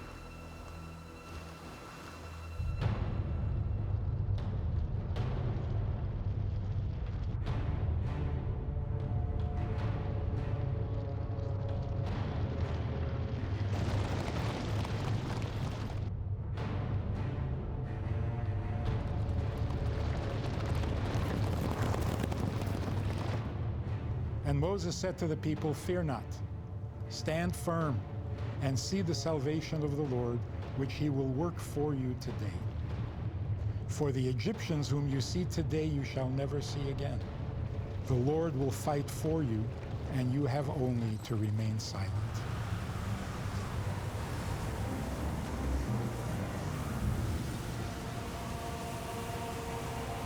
Then Moses stretched out his hand over the sea, and the Lord drove the sea back by a strong east wind all night and made the sea dry land.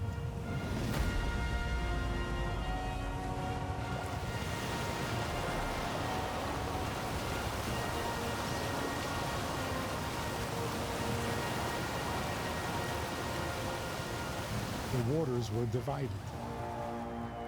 People of Israel went into the midst of the sea on dry ground, the waters being a wall to them on their right hand and on their left.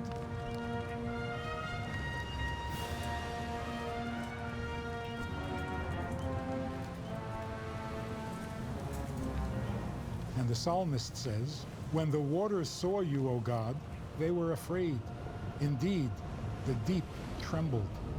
The clouds poured out water. The crash of your thunder was in the whirlwind.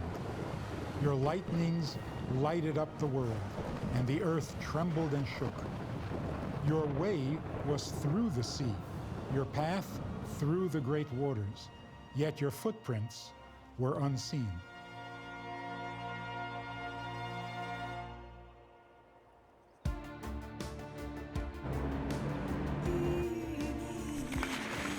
The Exodus story is a combination of miracles and history.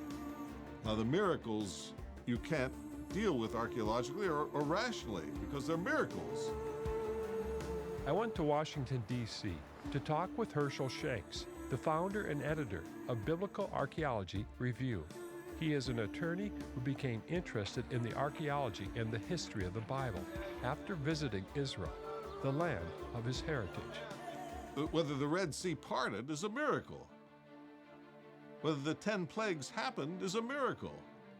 I mean, you have one of the plagues was darkness, and you had darkness where the Egyptians were, and right beside them in a different area was the Israelites were, and it was light there. Well, you know, that rationally that may not make sense, but miracles, you can do anything.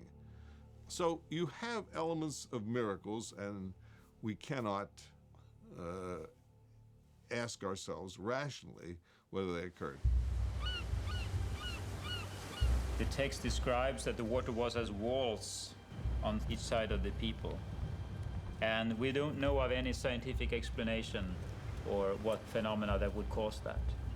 So we have no scientific explanation to the separation of water. Dr. Moeller may be a scientist, but he's given up. He's abandoned his scientific investigation at that point, and he simply asked us to believe that if you believe in God, if you believe in the Lord, then of course the Lord is capable. But for a scientist, that's not a scientific explanation.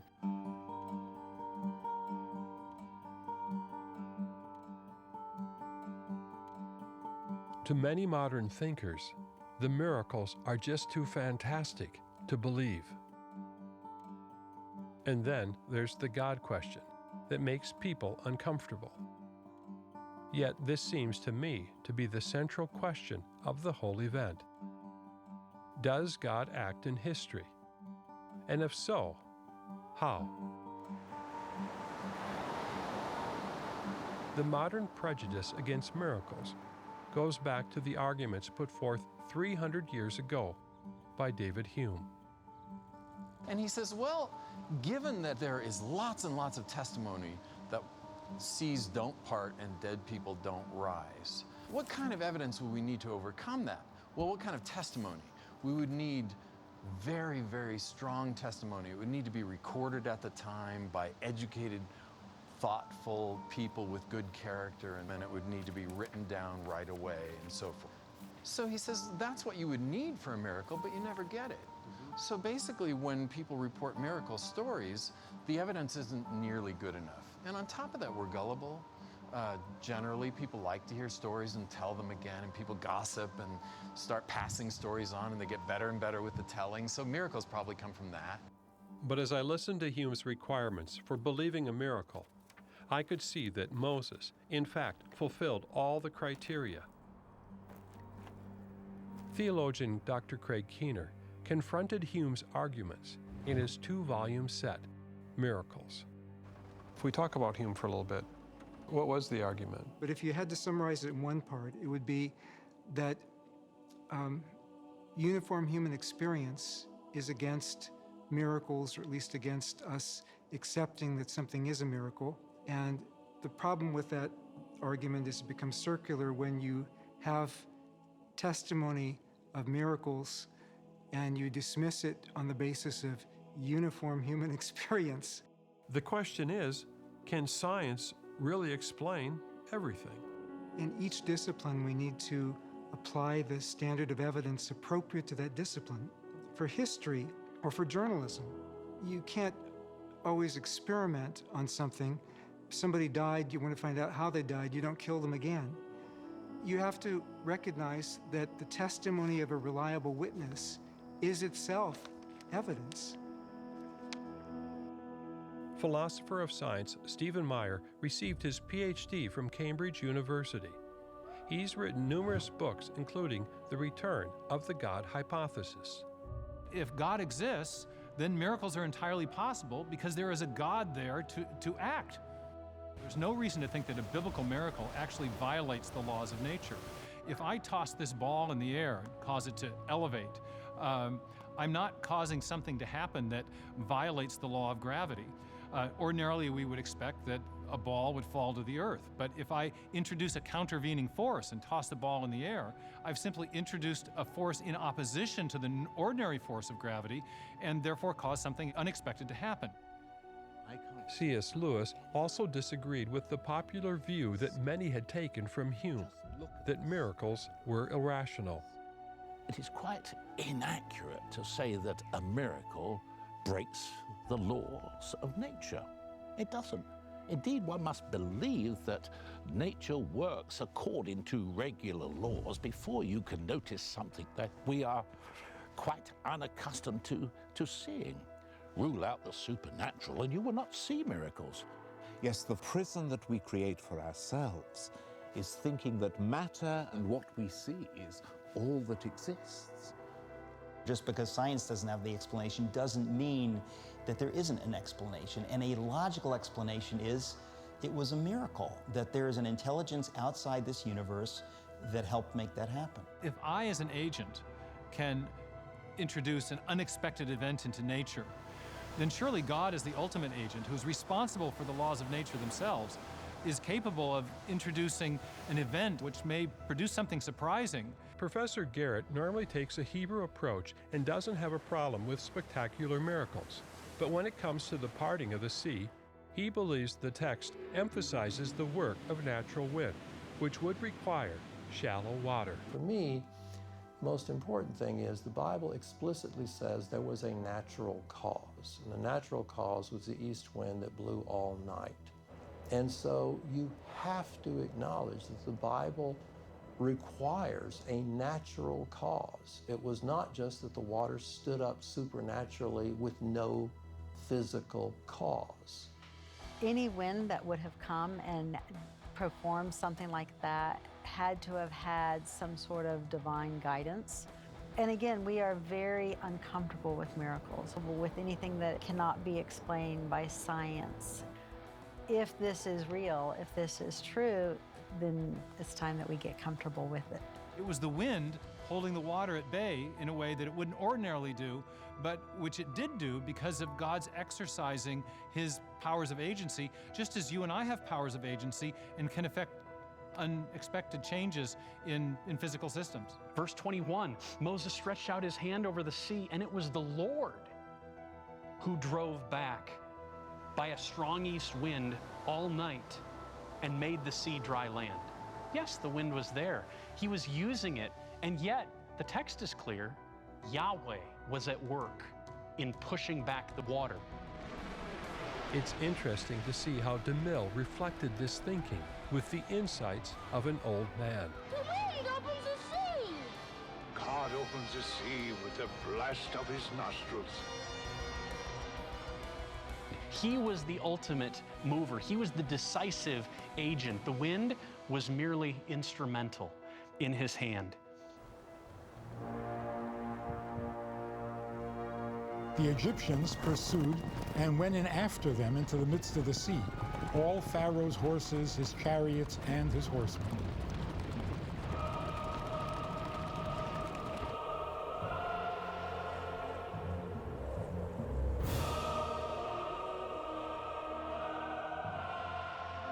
And in the morning, the Lord said to Moses, "Stretch out your hand over the sea, that the water may come back upon the Egyptians, upon their chariots, and upon their horsemen." And the sea returned and covered the chariots and the horsemen of all the host of Pharaoh that had followed them into the sea. Not one of them remained. Thus the Lord saved Israel that day from the hand of the Egyptians. So the people believed in the Lord and in Moses, his servant.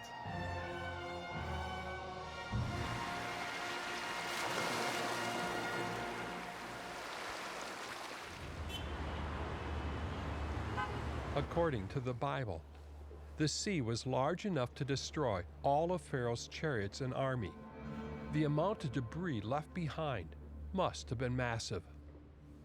Chariots are bristling with weapons, bronze weapons, and none of that stuff floats. Spear points, arrowheads, axe heads, sword blades.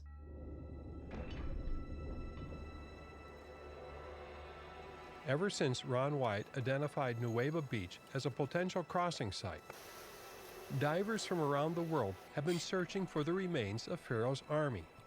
Finding chariots here would be compelling evidence for a deep-sea crossing. You bring me up one chariot wheel from the bottom of the sea there, and I'd be convinced. I traveled to Nueva Beach with Moeller to film divers as they continued to investigate.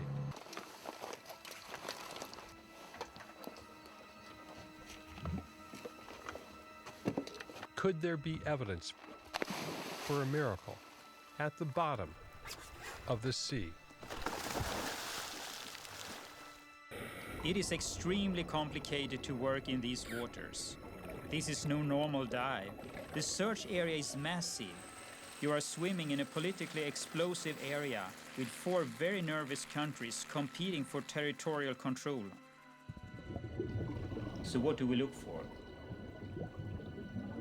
Circular shapes, 90-degree angles, strange patterns and things that seem to be piled on top of one another.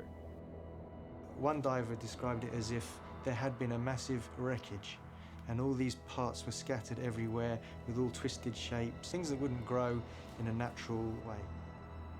Some of them are just table coral, which the divers are very aware of and dismiss out of hand.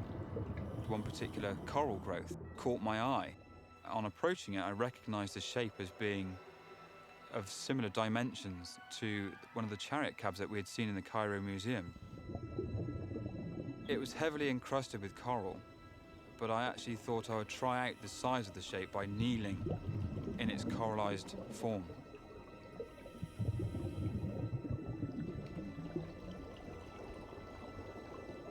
The coral on the object was 10 to 12 inches. More intricate work would not have been there. There were parallel struts at the front of the coral growth. They're not allowed to take up a single coral from the sea at this location. It's illegal to do that. But the divers did find what they believe were animal and human skeletal remains. Dr. Moeller and I took these samples to Dr. Ebba During, a Swedish forensic bone expert.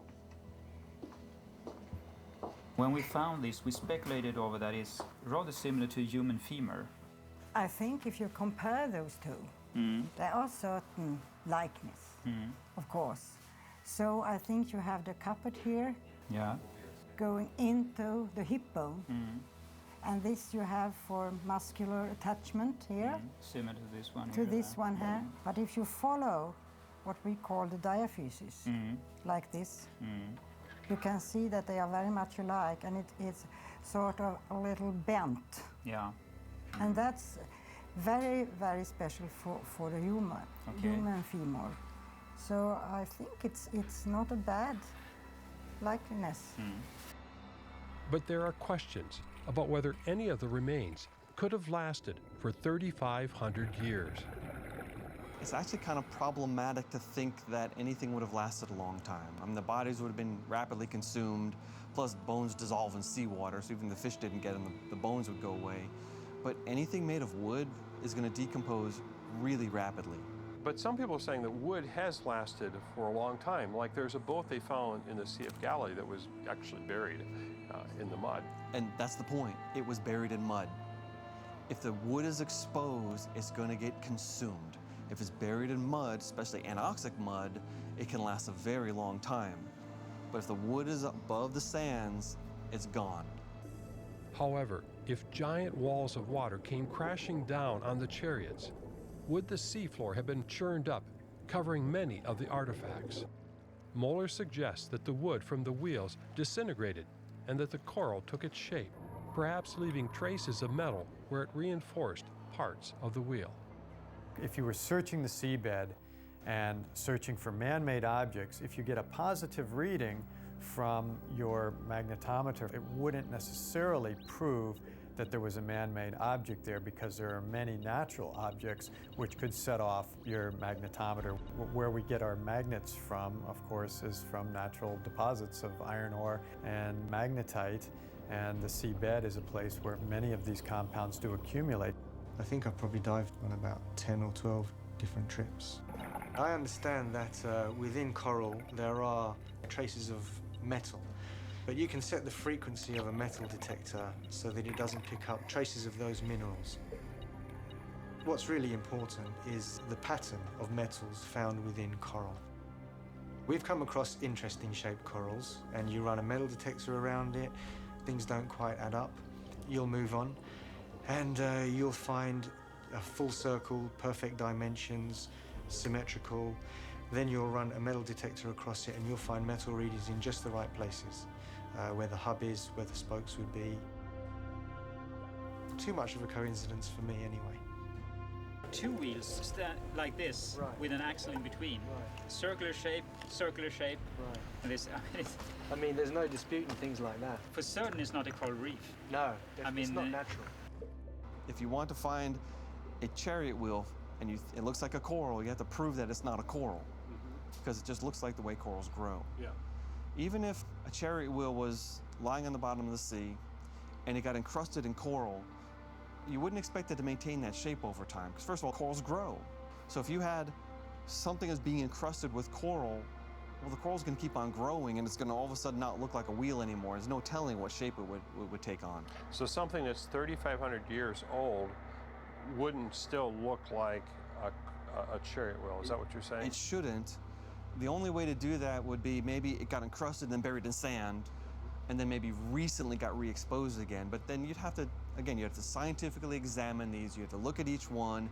You have to ask good questions. You can't just jump in the water and see something round and say, oh, I see a chariot wheel. That's not the way science works. What is necessary is a proper investigation led by trained archaeologists before any further claims can be advanced. The divers and their remote cameras haven't been able to go deeper than about 100 meters, leaving the vast majority of this area unexplored. I wonder what they might discover if they use submarines to investigate the deep caverns on either side of the plateau, where coral cannot grow. From the beginning of my involvement, I had heard about Eric Lemke finding a spoked wheel on the sea floor. His discovery came 9 years after Wyatt had found his golden wheel. I was cautious about the report of Eric's find. He too had waited over 2 decades until he found someone he felt he could trust with his story. This would be his first public retelling of the events. Explain to me what happened one day when you were diving. Sure. That was, like I mentioned before, the spring of 1997. There were 4 of us on that trip. It was myself, Ron Wyatt, Dr. Muller, and an individual that he brought along by the name of Rory.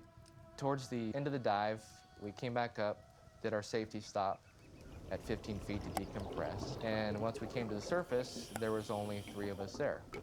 Myself, Ron, and Leonard. So I said, hey, where's Rory? And you could see his bubbles off in the distance, trailing deeper where it started to drop off. I said, listen, if one of us doesn't go back down, something's wrong, he's not gonna make it.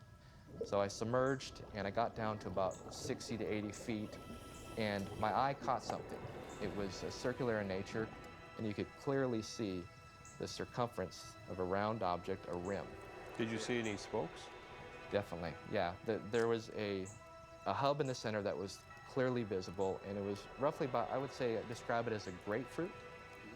Very smooth in nature, almost like a grapefruit cut in half, like a hub. And had you ever seen a chariot wheel before? Oh yes, yeah, I'd seen chariot wheels in the Cairo Museum.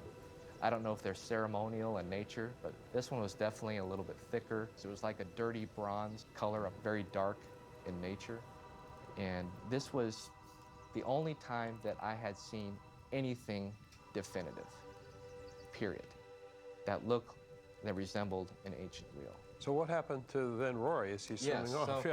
Yeah, I realized at that time, you know, my air was getting low, and I'm looking off in the distance, and he's still swimming in a straight line, going out deeper. And I knew at that time that I couldn't catch him with the limited air I had left. And I literally just start motioning like this underwater. All of a sudden, he stops, he spun around, we caught our eyes. I said, look at me, in the goggles, and I motioned him, come here. I pointed like this. I was right over the top of it, trying not to move. And when his eyes saw it, and he looked up, they got really big in the goggles. I lost my octopus, my mouthpiece. I was so surprised when I saw it and so excited. His first reaction was to go down to it and grab it, like he was trying to pull it off the bottom. I could see clearly 5 of the 6 spokes, as well as the rim, at least 75% of it. The silt was really stirred up. I was trying to lift up the chariot wheel, but the problem was it was too heavy. Now I was really out of air. He gave the dreaded, I'm out of air. Then you're 90 feet below.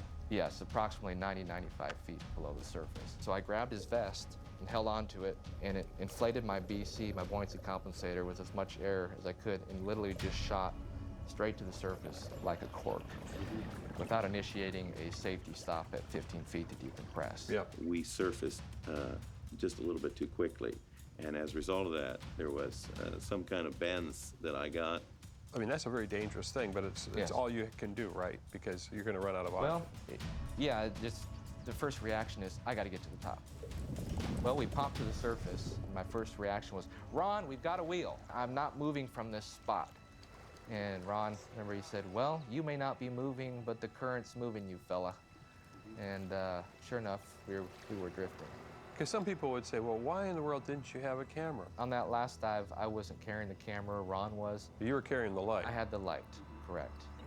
Searching for this evidence was one reason I traveled to Nueva Beach with Leonard Moeller back in 2002. Yet, after all these years, no one has been able to relocate the wheel. All we have are the eyewitness accounts. Dr. Jennifer Hall Rivera is a forensic scientist. She is a specialist in fingerprint analysis and a former crime scene investigator. She is now an author and educator with Answers in Genesis. How valid is an eyewitness account? Eyewitness accounts can be very valid, especially when we look at forensic science. We will have a lot of circumstantial evidence most of the time, very little direct evidence. So because of that, a lot of times they're relying on eyewitness testimony to help, validate all of this indirect evidence that we may have. Now, eyewitness testimony is very subjective. If they were just a bystander or were they directly affected by it, can affect someone's interpretation. But what they have found is that if someone goes through a very traumatic experience, especially when a life is involved or something violent, those accounts that they give are far more accurate because it was so important to them and it was such a stressful situation. They're going to have far more accurate memories, and that has been backed up by a lot of research. And also, as time goes on and we think about something that has happened, a lot of time our memory actually and our details actually improve with time because we can really process it as well. Because you thought you were going to lose Rory, and you could have potentially died yourself. Yeah, that's true. That your memories are very vivid. The sequence of seeing the wheel, him coming over, pointing at him, watching his eyes just get big, grabbing onto it, stirring up the silt. I'll never forget, I'm out of air sign. At that point, that part is very, very vivid. Now, I love the fact that people are looking for these things, and I'm hoping someday we're actually going to find really good evidence for Pharaoh's army. But when I look at what's been seen so far, I'm a little skeptical. The human brain tends to lock on things that are weak arguments. We all do it all the time. Scientists do it, non-scientists do it. So we all have to be very careful to think very critically through issues. So the people who found wheels in the bottom of the Red Sea, more than likely they find a coral colony. It's not a wheel at all. Or they found something modern. Those are the first 2 answers for the question. If it's ancient, that's an extraordinary claim. So what you're saying, it's not wrong to look. We need to look, but we also need to verify. Be very careful when we draw a conclusion based on a little bit of evidence. As a strong proponent of the site, there's so much we have from the biblical narrative that if we're trying to find a location with a well-preserved army at the bottom of the sea, and we're hoping to recreate chariot parts at every turn, I think that really does a disservice to the site and to the credibility of it. What I find interesting is that, to my knowledge, of all the crossing locations, this is the only one where people are searching for physical evidence. It's true that so far, none of these finds have been verified as dating to the time of the Exodus, nor have they brought up anything for archaeologists to examine. But then again, none of the other crossing sites have verified remains either.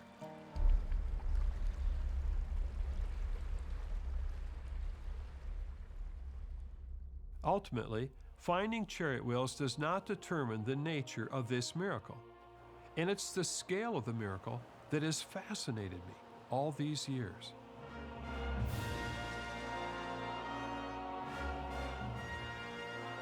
A miracle is something that God does for us. He wants to speak to us. He wants to get our attention. So when Moses, for example, parted the Red Sea, it was something that God did to blow their minds. In Exodus chapter 9, the Lord told Moses to go to Pharaoh and give him a message. But for this purpose, I raised you up. Why? To show you my power, so that my name may be proclaimed in all the earth. That's what God is doing in the Exodus. And a natural event would not have accomplished it. It needed a divine intrusion to overcome the greatest army on the planet. So what you're saying is that God was communicating that this was a big event. This was him acting in history. That is exactly what he says is the point of the Exodus, to make much of him. And the greater we minimize such a reality by viewing it in naturalistic terms, the more we are minimizing the very glory of God, and that's a dangerous thing to do. It sounds good to say that it must be a sea, because I guess it might, somehow you think the miracle is a greater miracle if it occurs in the ocean or something like that. But if one takes a naturalistic view of events here and attributes those to the Lord because of the fact that it happened at the right point in time and the right point in space, means to me it was a miracle. Do you think that it was miraculous? Yes, but not in the sense that we think of miraculous, as in spectacular. It's not a Cecil B. DeMille miraculous. These are things we wrestle with. I wrestle with them. I'm not prepared to jump one way or the other on a lot of these things. He could have delivered them 1,000 other less dramatic ways. He chose not to. He chose to do it in such a way that it was for maximum effect, that they would never forget it, that they would talk about it for millennia, because no one ever parts bodies of water. It never happens. It's like somebody rising from the dead. That doesn't happen. So if it does happen, you can be sure it's a miracle.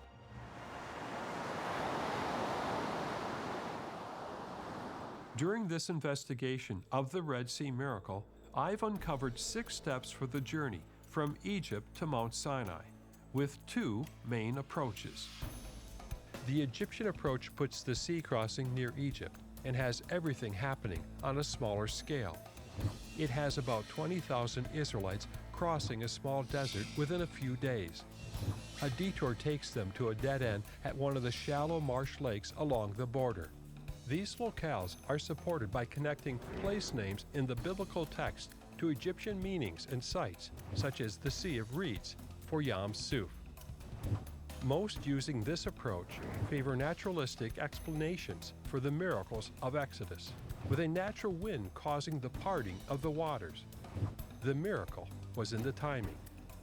The Hebrew approach has everything happening on a much larger scale, with millions of Israelites taking many days to cross the desert of the Sinai Peninsula before turning to end up trapped between mountains and the sea at the deep waters of the Gulf of Aqaba. It maintains that the Egyptian place names don't actually fit the Bible, and instead puts more emphasis on the full biblical account and its descriptions of how and why the events happen. It notes that Aqaba is the only sea the Bible directly links to the Hebrew name Yam Suf. Many in this group interpret Suf to mean end, relating to the end or boundary of the Promised Land and the end of the Egyptian army. In this approach, These waters are parted with a spectacular miracle that holds up great walls of water. This is only explainable by the direct intervention of God. There are also hybrids of these two approaches. Some put the crossing on the northern tip of Aqaba, but through shallow waters parted naturally. I know there are reasons why most people today choose the Egyptian approach, but I personally lean towards the Hebrew approach and its view of the Exodus on a grand scale, because I think it matches what the Bible is describing. Now, whether God works in spectacular ways is an important question, because it impacts how I view God and how I live my life. And as I came to discover, it's really what this film is about.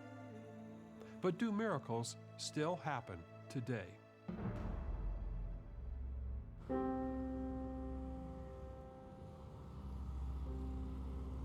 I'm here at North Central University, where my parents met, eventually married, and a little while later I was born just over there at Swedish Hospital.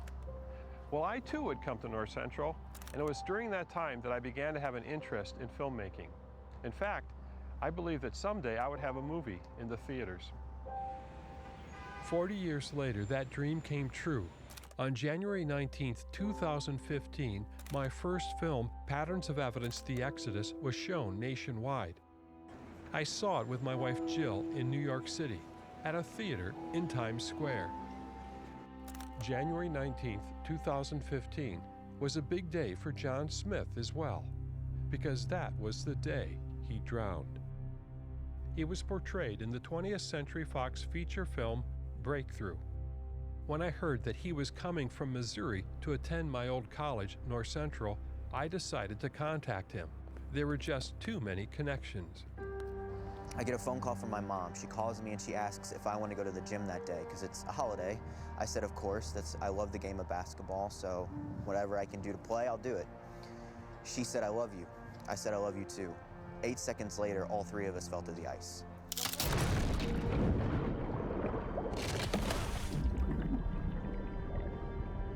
Were your lungs filled with water? When they pulled me out, I was a fountain. It was coming out of my eyes, my ears, my nose, my mouth.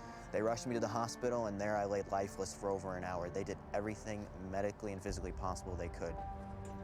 My mom arrived, and they rushed her in, and Dr. Kent Sutter said, you can go talk to him. And what's amazing to hear about this unique story is that two of the people in there, Alex Giddens and Keith Terry, they will vouch that when my mom walked in the room, not just the atmosphere changed, but the physical temperature in the room changed. And when she prayed, something rushed up my body so powerful that it pushed all three of them back. Holy Spirit, I need you now. I need you now. Please, please don't take my son. Please, please bring life back into John, please. And when she prayed that instant, I got a pulse, and everything just turned hectic. They were transporting me into a helicopter to Cardinal Glennon Children's Hospital in the city, to Dr. Jeremy Garrett, who is an expert in hypothermia and drowning. He said, this is uncharted territory. We've never heard of this. There is a 99% chance that he will not make it overnight. And I hope you're prepared for that. And that's what he told my mom. My mom got up in his face and she pointed at him. She said, you do it, you do best. I hear you're the best. My God will do the rest. John Smith was clinically dead for 1 hour and 8 minutes when his mother prayed for him. He fully recovered with no brain damage and was medically cleared after 40 days. Today, you've got hundreds of millions of people who claim to have witnessed miracles. Nobody would say that all those were genuine miracles, but today, I don't think Hume himself would dare start with the presumption that we have no credible eyewitness evidence for miracles. He says no respectable people. We have people with doctorates, we have medical doctors, doctors of philosophy, so many people, and people actually who in our academic environment are sticking our necks out to talk about this. To be able to demonstrate that God, from a scientific perspective, had done some kind of intervention in human life, you would have to be able to demonstrate it repeatedly under controlled conditions, and that would then convince scientists that this was something that was believable from a scientific perspective. People today, even if they saw a miracle, some of them are saying, I wouldn't believe in it. Yeah, and then they'll say, well, give me medical documentation. In a number of cases, we do have medical documentation. And so what happens when we give the medical documentation, some people will say, well, no, you have to have this happen all the time. If it happened all the time when you did a certain thing, we would say, well, that just fits the law of nature. It's not a miracle anymore. Yeah. It's amazing in a world full of chaos, the amount of questions we get of why me and not someone else? He gave me a second chance at life. I don't deserve it. I don't. I wasn't serving the Lord when I had drowned, and it's a miracle that I'm here. Well, you know, how do you answer a question when there are people that are praying for a miracle and they don't get one? Yeah. Just this past weekend before you filmed me, I lost a very good friend, Nabil Qureshi. Thousands of people were praying for him. A number of people were fasting. If faith could always make something happen, Nabil would still be alive. But that's not the way it works. My wife and I have been through 7 miscarriages. My wife is from Africa. It's very important to have a child. Clearly, it doesn't always happen. It's not like you push a button and it happens. This is a relationship with God, and God still has the choice, and God knows more than we do.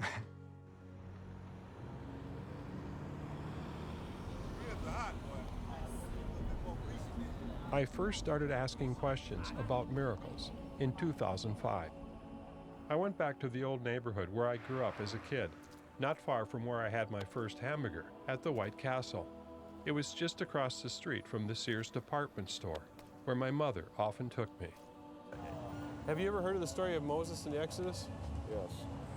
Do you actually think that miracles happen today? Yes, I do. Why? Yes, I do. Because I had 2 twins about 6 months ago, and they were born at 23 weeks, and they're breathing right now. They shouldn't be alive. And that's a miracle. And that's a miracle.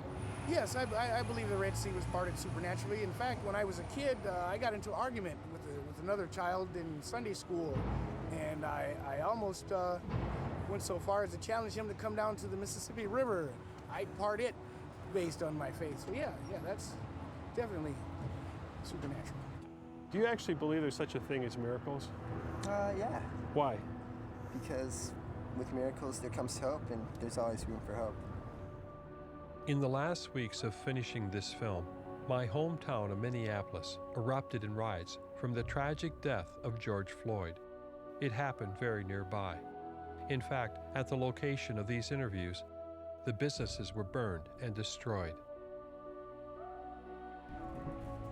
We are at a Red Sea moment in our history on many levels, where everything seems like it could be lost. And it's going to require something greater than can be solved at a natural human level, just like with the Israelites. Part of the purpose of the Exodus is to give hope to a people in desperate need of more deliverance, because the curse, even though they're delivered from Egypt, the curse remains, and they continue to struggle with sin, and the presence of death is always at their doorstep. If God overcame the greatest enemy, will He not also do everything else we need? This is why the prophets are able to use the Exodus as a pattern for a greater Exodus. They'll talk about a second Exodus that is to come, and they associate that second Exodus with the Messiah. There are times in all of our lives when we face a Red Sea moment and we need a miracle. I just want to believe they can still happen today. I want to have the faith to pray, believing that God hears me and is able. Even if I don't get the answer I expect, I don't want to stop asking. Because some of these problems will only be solved with a miracle from God.